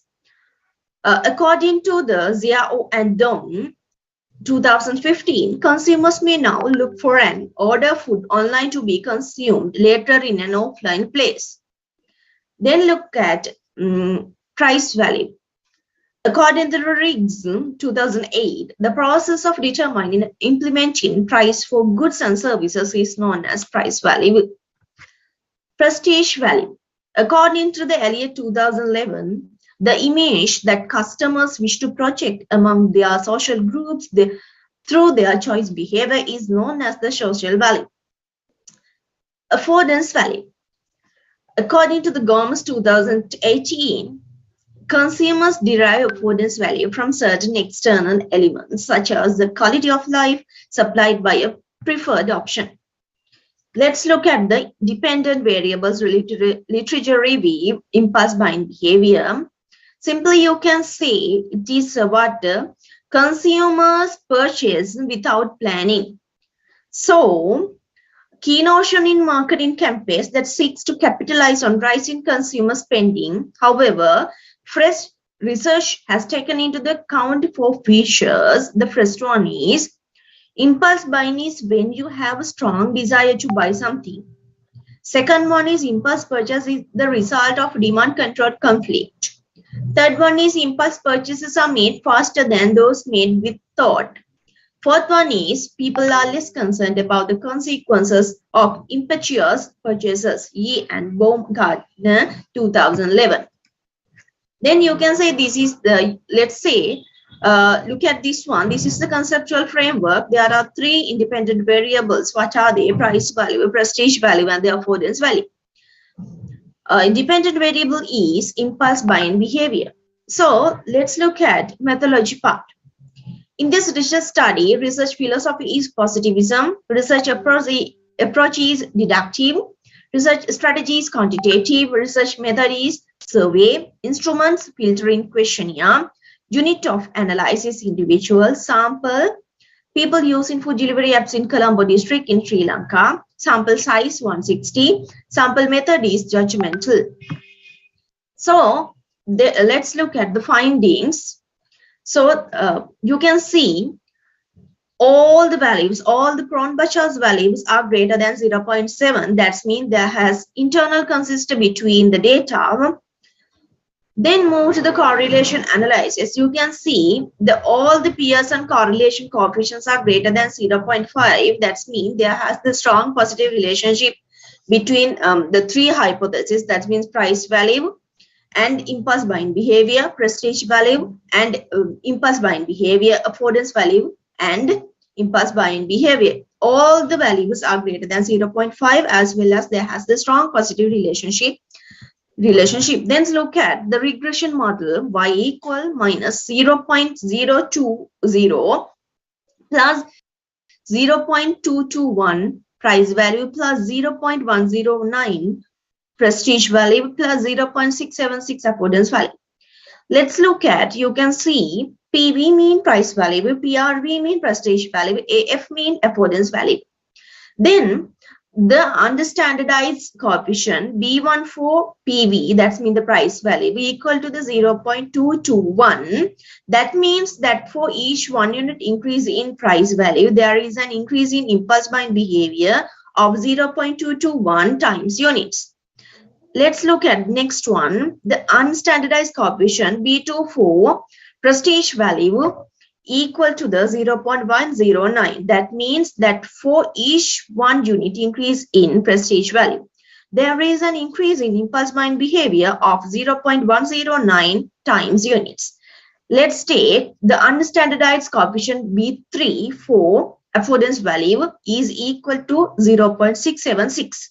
That means that for each 1 unit increase in affordance value, there is an increase in impulse buying behavior of 0.676 times units. Let's look at the discussion part. According to the demographic variables of respondents are presented in this research study, 51.2% of the respondents were female, while 48.8% were female. According to the age of the respondents,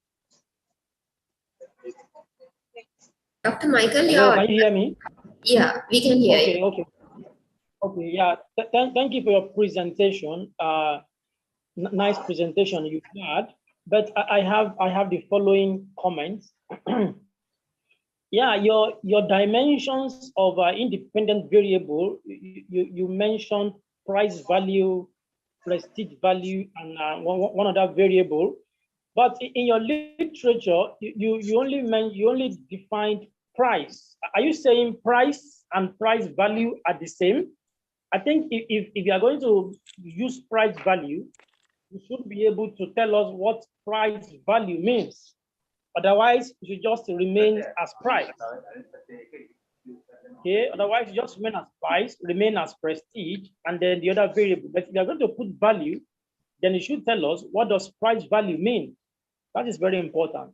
And just like my colleague said earlier, you don't have theoretical framework, and that is not good enough. You need to find a theory. I think he has suggested one or two theories you can use to support your work. Then on that discussion, you were talking about demographic attributes of the respondent. You were talking about income attributes of the respondent. That's not what discussion is. Your discussion of findings should be that you were talking about your own findings and relating it to other people's findings, whether it supports some other findings before now, or it goes against some other findings before now. Rather than you discussing your findings, you are talking about demographic characteristics, you are talking about income characteristics. No, that is not what discussion is. So you need to improve on that, and then that will be better for you. Thank you. Well done.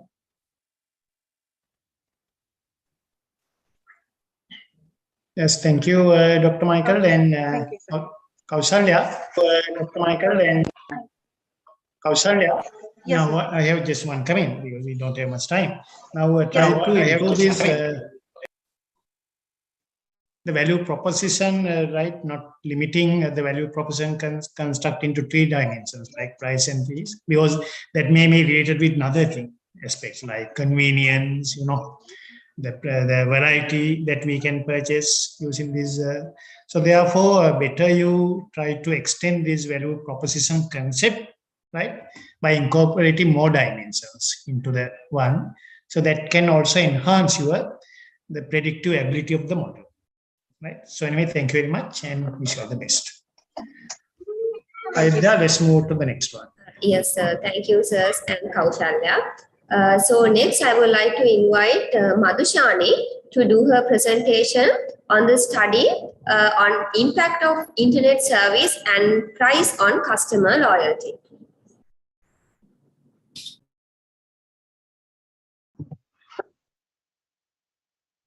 International Conference on Management and Entrepreneurship 2022.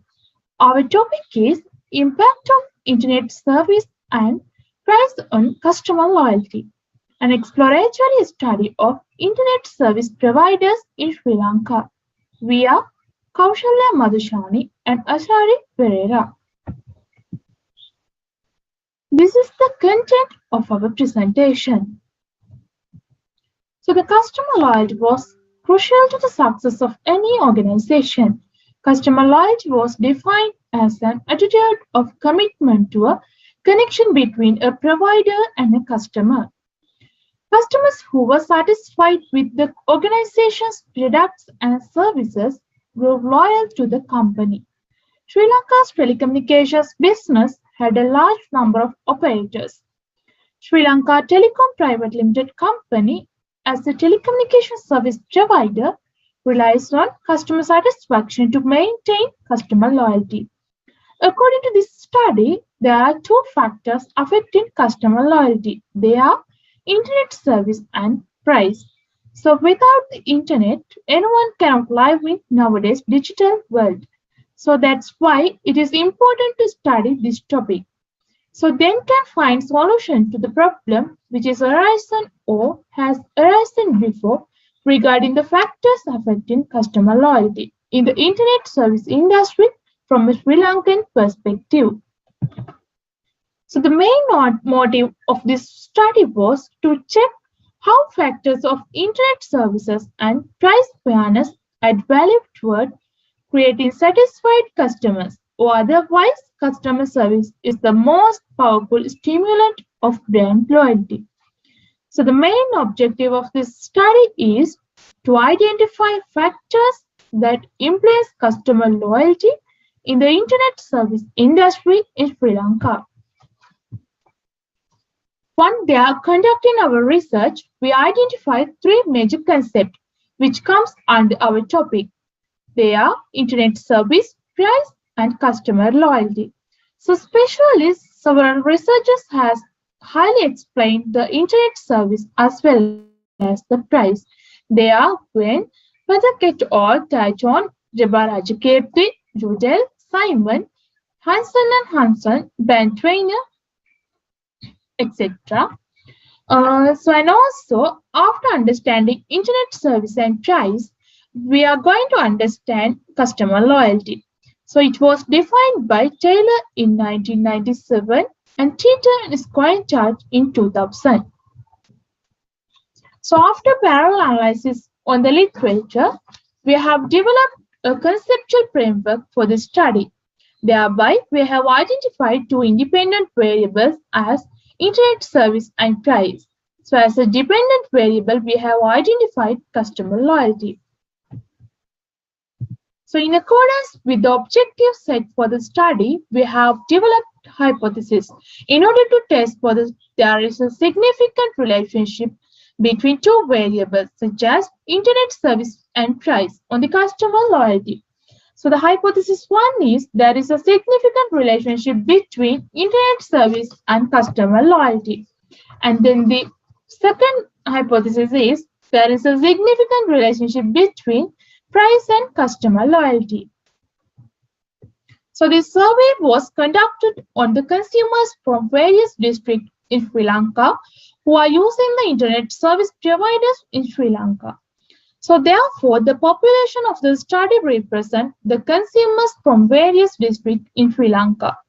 And also the convenient sampling method used in order to collect the data for the study with 244 consumers as the sample of consumers from various districts in Sri Lanka. We have employed quantitative methodologies and responses were gathered via Google form in order to collect the data. So the correlation was used in order to investigate the research questions and test hypotheses. So we have conducted pilot testing for the questionnaire. So during piloting, 30 respondents were randomly selected during piloting. So and also the questionnaire also administered. So according to the reliability test, the value score branch alpha is higher than the 0.7. So and that represents reliability analysis. So you can see the screen. On the screen is the part of A, the questionnaire which covered the demographic characteristic of the respondents. Basic information such as gender, age, educational level, income level with the marital status. So for your reference, the highest number is related to the data highlighted in red color. So according to the majority of respondents are female and between the age group 16 to 25. So the largest proportion of the respondents were single and having a degree as an educational qualification. So and also it covers our background information such as their first choice is Mobitel and also they use mobile phones in order to connect the internet service, and they are good in English and also the data usage in between 10 GB to 25 GB. So the most customers decide stable and fast internet service, but they were also concerned about the cost. So the customers have also requested that the peak data packages be removed and that instead they be given the option of adding more anytime data packages choose from. So as per the responses of internet service, the mean value was 3.1906 and the standard deviation was 0.90929. So according to the result, internet service factors influence to a large extent customer loyalty. So as per the response of price, the mean value was 3.1025 and the standard deviation was 0.78891. So according to this result, the loyalty means the value was 3.2357 and the standard deviation was 0.83909. So the correlation of 0.703 between internet service and customer loyalty has a significant value of 0.30. So therefore, it can be specified that there is a significant relationship between internet service and customer loyalty. So according to that, alternative hypothesis is sustained and null hypothesis was rejected. So the correlation value between price and customer loyalty is 0.732, which has a significant value of 0.33. So consequently, it can be clearly stated that price and customer loyalty are significantly related. So according to the null hypothesis was rejected and the alternative hypothesis was unrecognized. So as per the results of the correlation analysis, it could be summed up. So that internet service and price significantly correlated with customer loyalty. So the correlation value can be interpreted as a moderate positive correlation.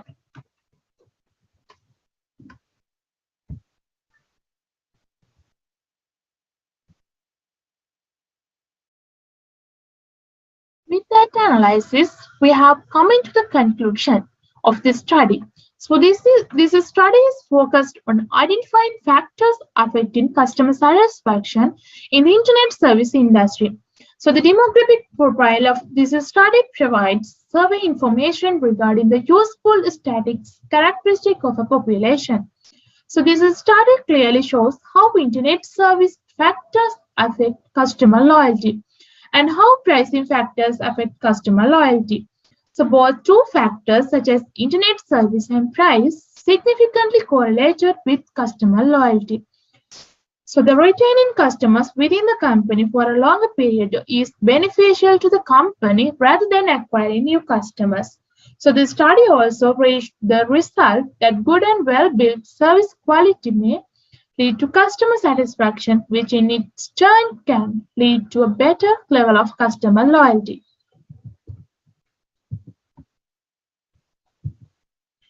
And also, results show that customer loyalty is high, but internet service companies can improve their services in order to reach the level of developed countries while expanding coverage and using new technology.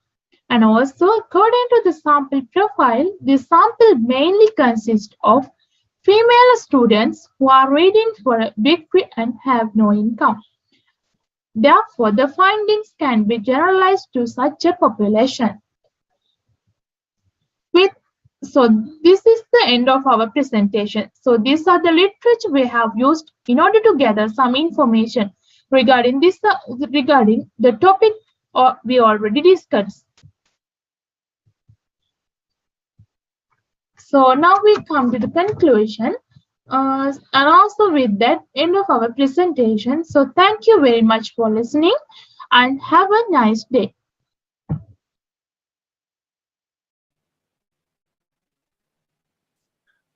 Right. So thank you very much. Okay. Dr. Michael.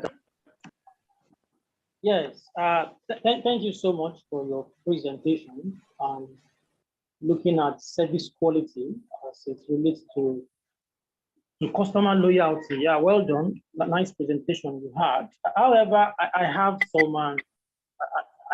some reservations concerning what you have just presented. Now, when you look at your topic, you said you were going to do an impact study. If I'm correct, that was what I saw. You want to look at the impact of service quality, and you know, in your presentation, you were now doing relationship. Okay, you are now looking at relationship between service quality and customer loyalty. I think there's a disconnect. When you look at impact,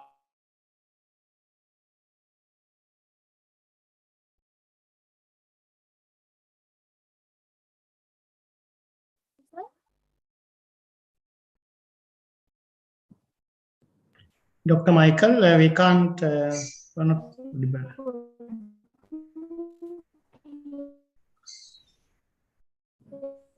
Alisa and Ravi sir, I think you can comment on this presentation. Yes. So, Madhusani, I have just one or two comments because we don't have much time. Can you hear me?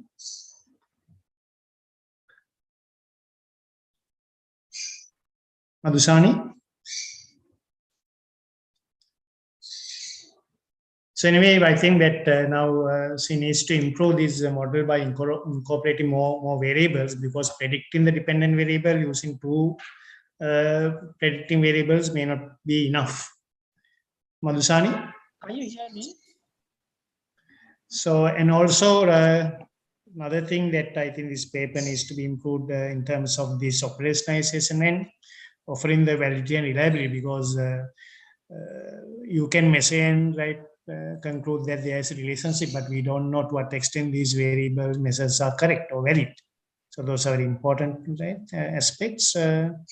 Anyway, we can conclude this the presentation, and Ayodhya. So let's move to the next presentation. Okay, can you hear me now? Am I audible? Yes, sir. Yes, sir. Okay. Thank you. So, sorry, my network went bad. Okay. Yeah, I was saying that you had a nice presentation. Okay, but I have some comments to make regarding your topic and the work itself. Your topic was looking at impact, but in your main work, you were studying relationship. I think there's a disconnect between those two. When you do an impact study, it's not measuring relationship. An impact study looks at longitudinal, okay, maybe between a particular year to a particular year. That's what an impact study does. So I'm of the opinion that you change that impact to effect, or you look at the relationship between quality of customers, quality of internet service, and the other variable that you have there, instead of saying an impact study. I think a relationship between this and that will be better than you mentioning an impact study. I also saw that under your literature review, the pricing of a thing, you have a citation of 1964. Are you saying there are no current literature that have defined pricing? I think there are many of them. So try to update the currency of your literature. I think that is very important. And then under your introduction, you have no single citation. Please, you need to check that and correct it so that if you are going to publish this work, that is very important. No single citation under your introduction slide. We need to check that. And your sample, you said your sample is 244. You didn't tell us what your population size is. And if your population is infinite, okay, maybe all the people that are using internet in Sri Lanka, maybe it's an infinite population. You also need to tell us, how did you get 244? What kind of sampling method did you use? Not just saying you have 244. Okay, I think you need to see those things I've pointed out. Otherwise, nice presentation. Thank you. Thank you, Dr. Michael. Yes. Ravi sir, she is facing some connection issues, and I have joined her via my mobile phone. So she is in my network. So if you have anything to comment, you can comment now, sir. Yes, Professor Ravi. No, I'm all right. Okay. Okay. So, Madhusani, now first thing I want to know that let you know that you need to improve this model by incorporating more variables. Okay. And because predicting the dependent variable using only two may not be sufficient. and you need to justify the model with the literature and by incorporating more predictive variables. The other thing is you need to present the measurements, operationalization, and the validity and reliability of the measurements. Okay. Even you have made a mistake that when presenting your model, you just mention that internet service. So we don't know why, what did you measure? Is it quality or is it features? So you have to be careful when you define the variable. Otherwise, there's no meaning. So those are the things you need to improve. And also, I have some other problems, but due to time limitations, so we conclude the presentation. So thank you very much. And so we can move on to the next one. Yes, sir. Yes. Thank you, sir. So now we have reached the last presenter, who is Casey Pereira. So I would like to invite him to do his study on the model of Salesforce automation acceptance towards Salesforce performance.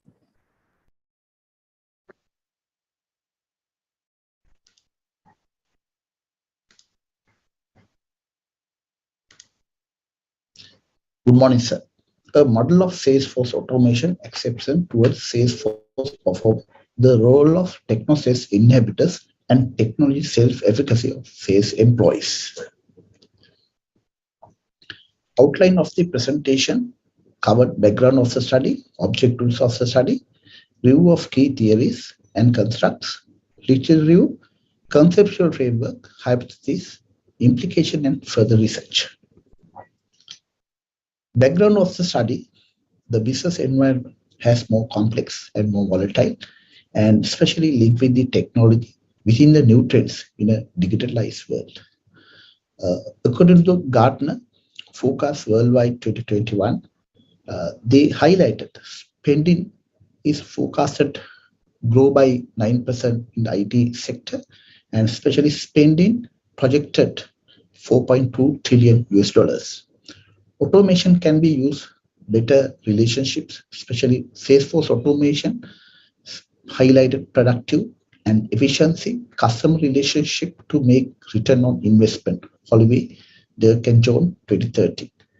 Especially this paper covers the keywords are as Salesforce automation, sales performance, self-efficacy, techno-sales inhibitors, and sales representatives. Research gap, theoretical gap. When discussing the Salesforce automation, mainly concepts come from unified theory of acceptance and use of technology, UT-AUT. And here mainly covers mobile applications, so many acceptance covered by UT-AUT model, and self-efficacy explained through social cognitive theory, highlighted by Bandura. And the techno-sales inhibitors can be explained through the transactional theory, as well as is covered mainly sales performance through the different sales approaches. And especially these concepts, there's a no link explained in between all those concepts. Therefore, there is a significant theoretical gap when discussing about concepts because of inability of accept theory, explain research concepts, impact of Salesforce automation on sales performance through self-efficacy of sales employees in the pharmaceutical industry, immediate effect of techno-sales inhabitants. Literature gap, mainly the literature gap, according to Jolie 2018, Salesforce automation is result of one significant organization investing most of the organization techno innovations, improving firms' ROI. And the Compu and Higgins 1995 also highlight self-efficacy, mainly highlight the greater computer usage and comfort using computers. And positive attitude towards them, Venkatesh and Davis also 1996 highlighted. Okay, according to the literature review, so many findings are contradictory to one another. This means there's no exact answer to explain these research concepts. Therefore, there's a huge literature gap. Practical gap, I did so many industry expertise interviews in that primary study with different industry leaders, and especially Cipla Pharmaceutical had a discussion with associate director. What he mentioned, he has worked through books, through maintaining ledgers, but now it has really improved. It means so many digital improvement everywhere. He highlighted, and especially every day the monthly sales related activities, everything in digitalized. So, and especially head of sales, Hemas Pharmaceutical, and he also identified, mainly he covered cell efficacy part. Very difficult to do this training and develop on the individual people. He highlighted in that, especially these discussions went to more than 15 people, industry experts, and different respondents explain and view of different angles. In that, therefore, pharmaceutical industry is not define these concepts very well. Therefore, there's a significant practice gap of impact of Salesforce automation, Salesforce performance through self-efficacy of Salesforce employees in the pharmaceutical industry, a median effect of technostress. Objective of the study to investigate role of technostress inhibitors and technology self-efficacy of sales employees, the perceived acceptance of sales automation performance change in the pharmaceutical industry in Sri Lanka. Key theories and constructs, the mainly Salesforce automation, technostress inhibitors, sales efficacy, Salesforce performance, supported by several concepts and theories. Mainly highlighted unified theory of acceptance and use of technology, AUT model. In 2003, Venkatesh, Morris Davis, David identified this theory, AUT model, and technology acceptance model, TAM. The technology acceptance model established by Davis in 1986, and model was further developed by Davis in 1989. This model mainly accept human behavior, human acceptance for the technology acceptance. And social cognitive theory covered by Bandura 1997, especially emphasizing the importance of the observing, modeling, and imitating behaviors of and attitudes and emotional reactions of the others. And literature support for the links concepts, mainly perceived acceptance of Salesforce automation and Salesforce performance with recent trends also. The volatile market mainly covered by suggests the efficiently managed customer relationship is more important all organization, and especially that covers for the Salesforce automation tool. Ingram Ligno 2002 highlighted. Technostress inhibitors and Salesforce performance links. Salesforce automation is directed towards improving performance. Several implications identified the all researchers, especially this identified this research conducted in the USA. Development of conceptual framework, independent variable perceived acceptance of Salesforce automation, and highlighted 4 dimensions: performance expectancy, effort expectancy, social influence, facilitation condition, and dependent variable according to literature Salesforce performance, and moderate variable is self-efficacy, mediated variable technostress inhibitors, and there's a psychological and behavioral acceptance also covered from the this variable. Concept frame highlighted, and according to this perceived acceptance of Salesforce automation, and moderate variable cell efficacy, mediate techno inhibitors, and dependent variable Salesforce performance. Hypothesis also highlighted 5 hypotheses and how it's related to the framework. Implication of further research, the same findings were observed by a recent research conducted by Spear and Venkatesh. They mentioned there's a fail to improve sales performance chains. And many countries in the world adopt Salesforce automation mechanism, and especially Sri Lankan context is more benefit to, and study the some attempted to establish the relationship between perceived acceptance of sales automation toward the Salesforce performance and sales representative. And the further research model makes no mention of training the technology in place, which is fundamental assumption, and if tough salespeople studied approach training or more very important and critical monitor of the performer utilization for the in the industry. Thank you.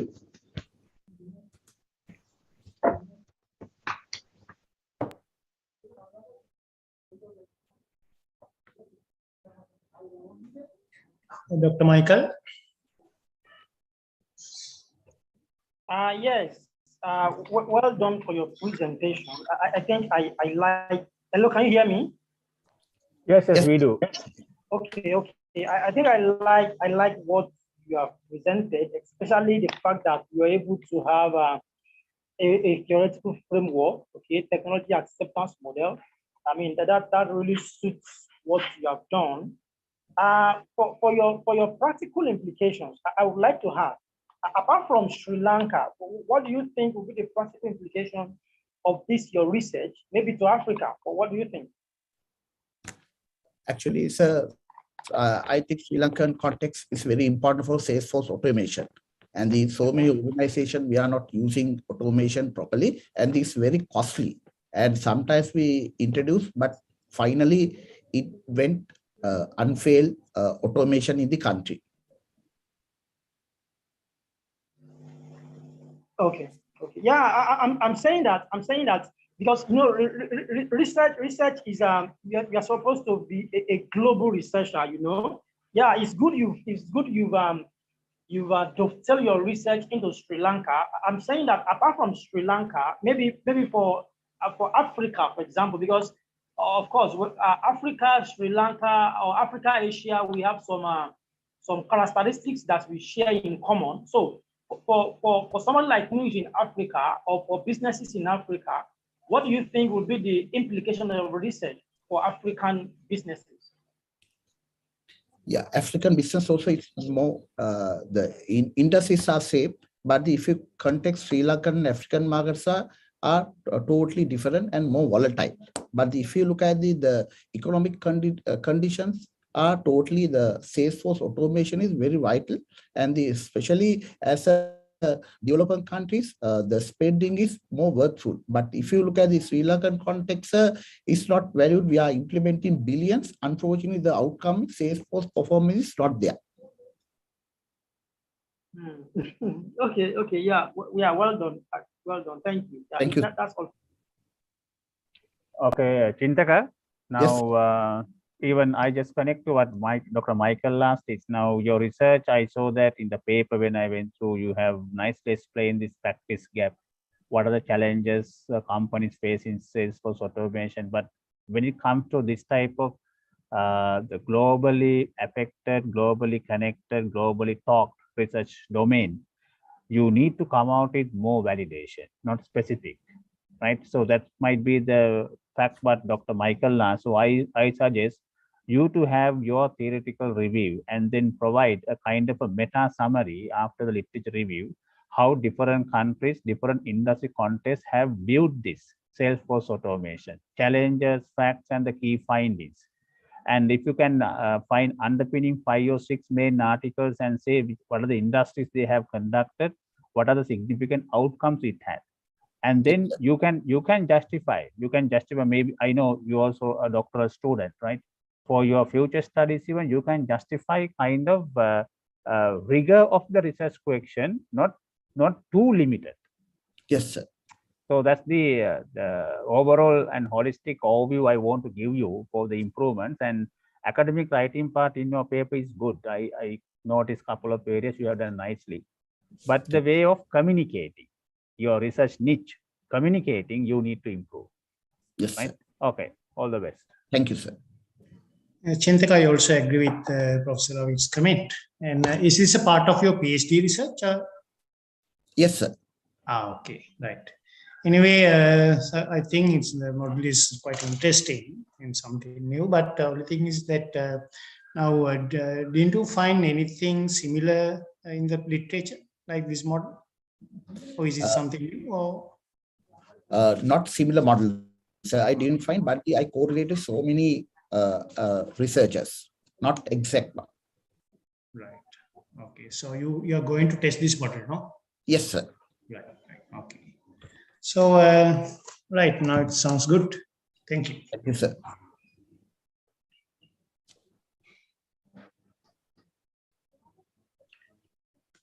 Now, with that, we can conclude the, I think, session. No? All the presenters have presented. Yeah, all done, all done. Ayodhya? Yes, sir. Thank you, sir, and the presenters and everyone for your valuable comments. And now it's time to take a group photograph to cherish the moment. So I would like to kindly invite all of you to switch on your videos to take the picture.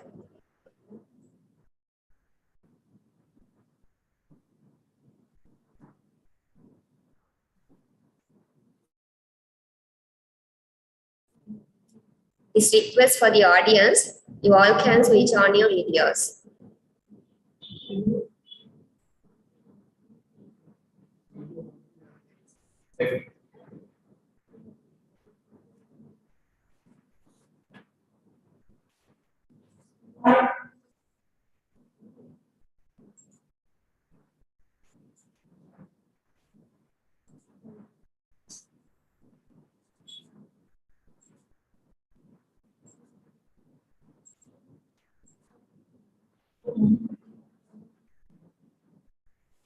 Stay for a minute.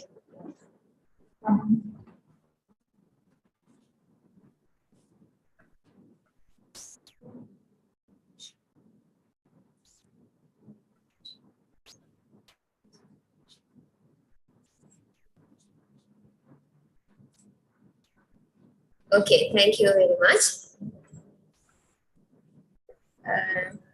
So now we have come to the end of the session, and it's my privilege, being the panel coordinator, to propose the vote of thanks. It has been a thought-provoking academic session, bringing both theoretical and empirical solutions to the knowledge features. And I'm sure the participants learned much things related to their areas of interest. At the very outset, I would like to express my profound gratitude to the panel chairs, Professor Lalit Chandranal, Professor Ravi Disanaika, and Dr. Michael Oyunga for your constructive comments and suggestions made to further develop the academic culture of Sri Lanka. And I also would like to acknowledge my gratitude to all the scholars for making this first International Conference on Management and Entrepreneurship 2022 a great success with your presentations. I also extend my gratitude to all the participants who have graced this occasion. So finally, I would like to conclude the session by inviting all the presenters to the closing ceremony, which is happening today evening at 6:30 p.m., where the best research papers will be awarded. With that, this session concludes. You all can leave the session. Thank you very much. Thank you. Thank you. Thank you. Thank you.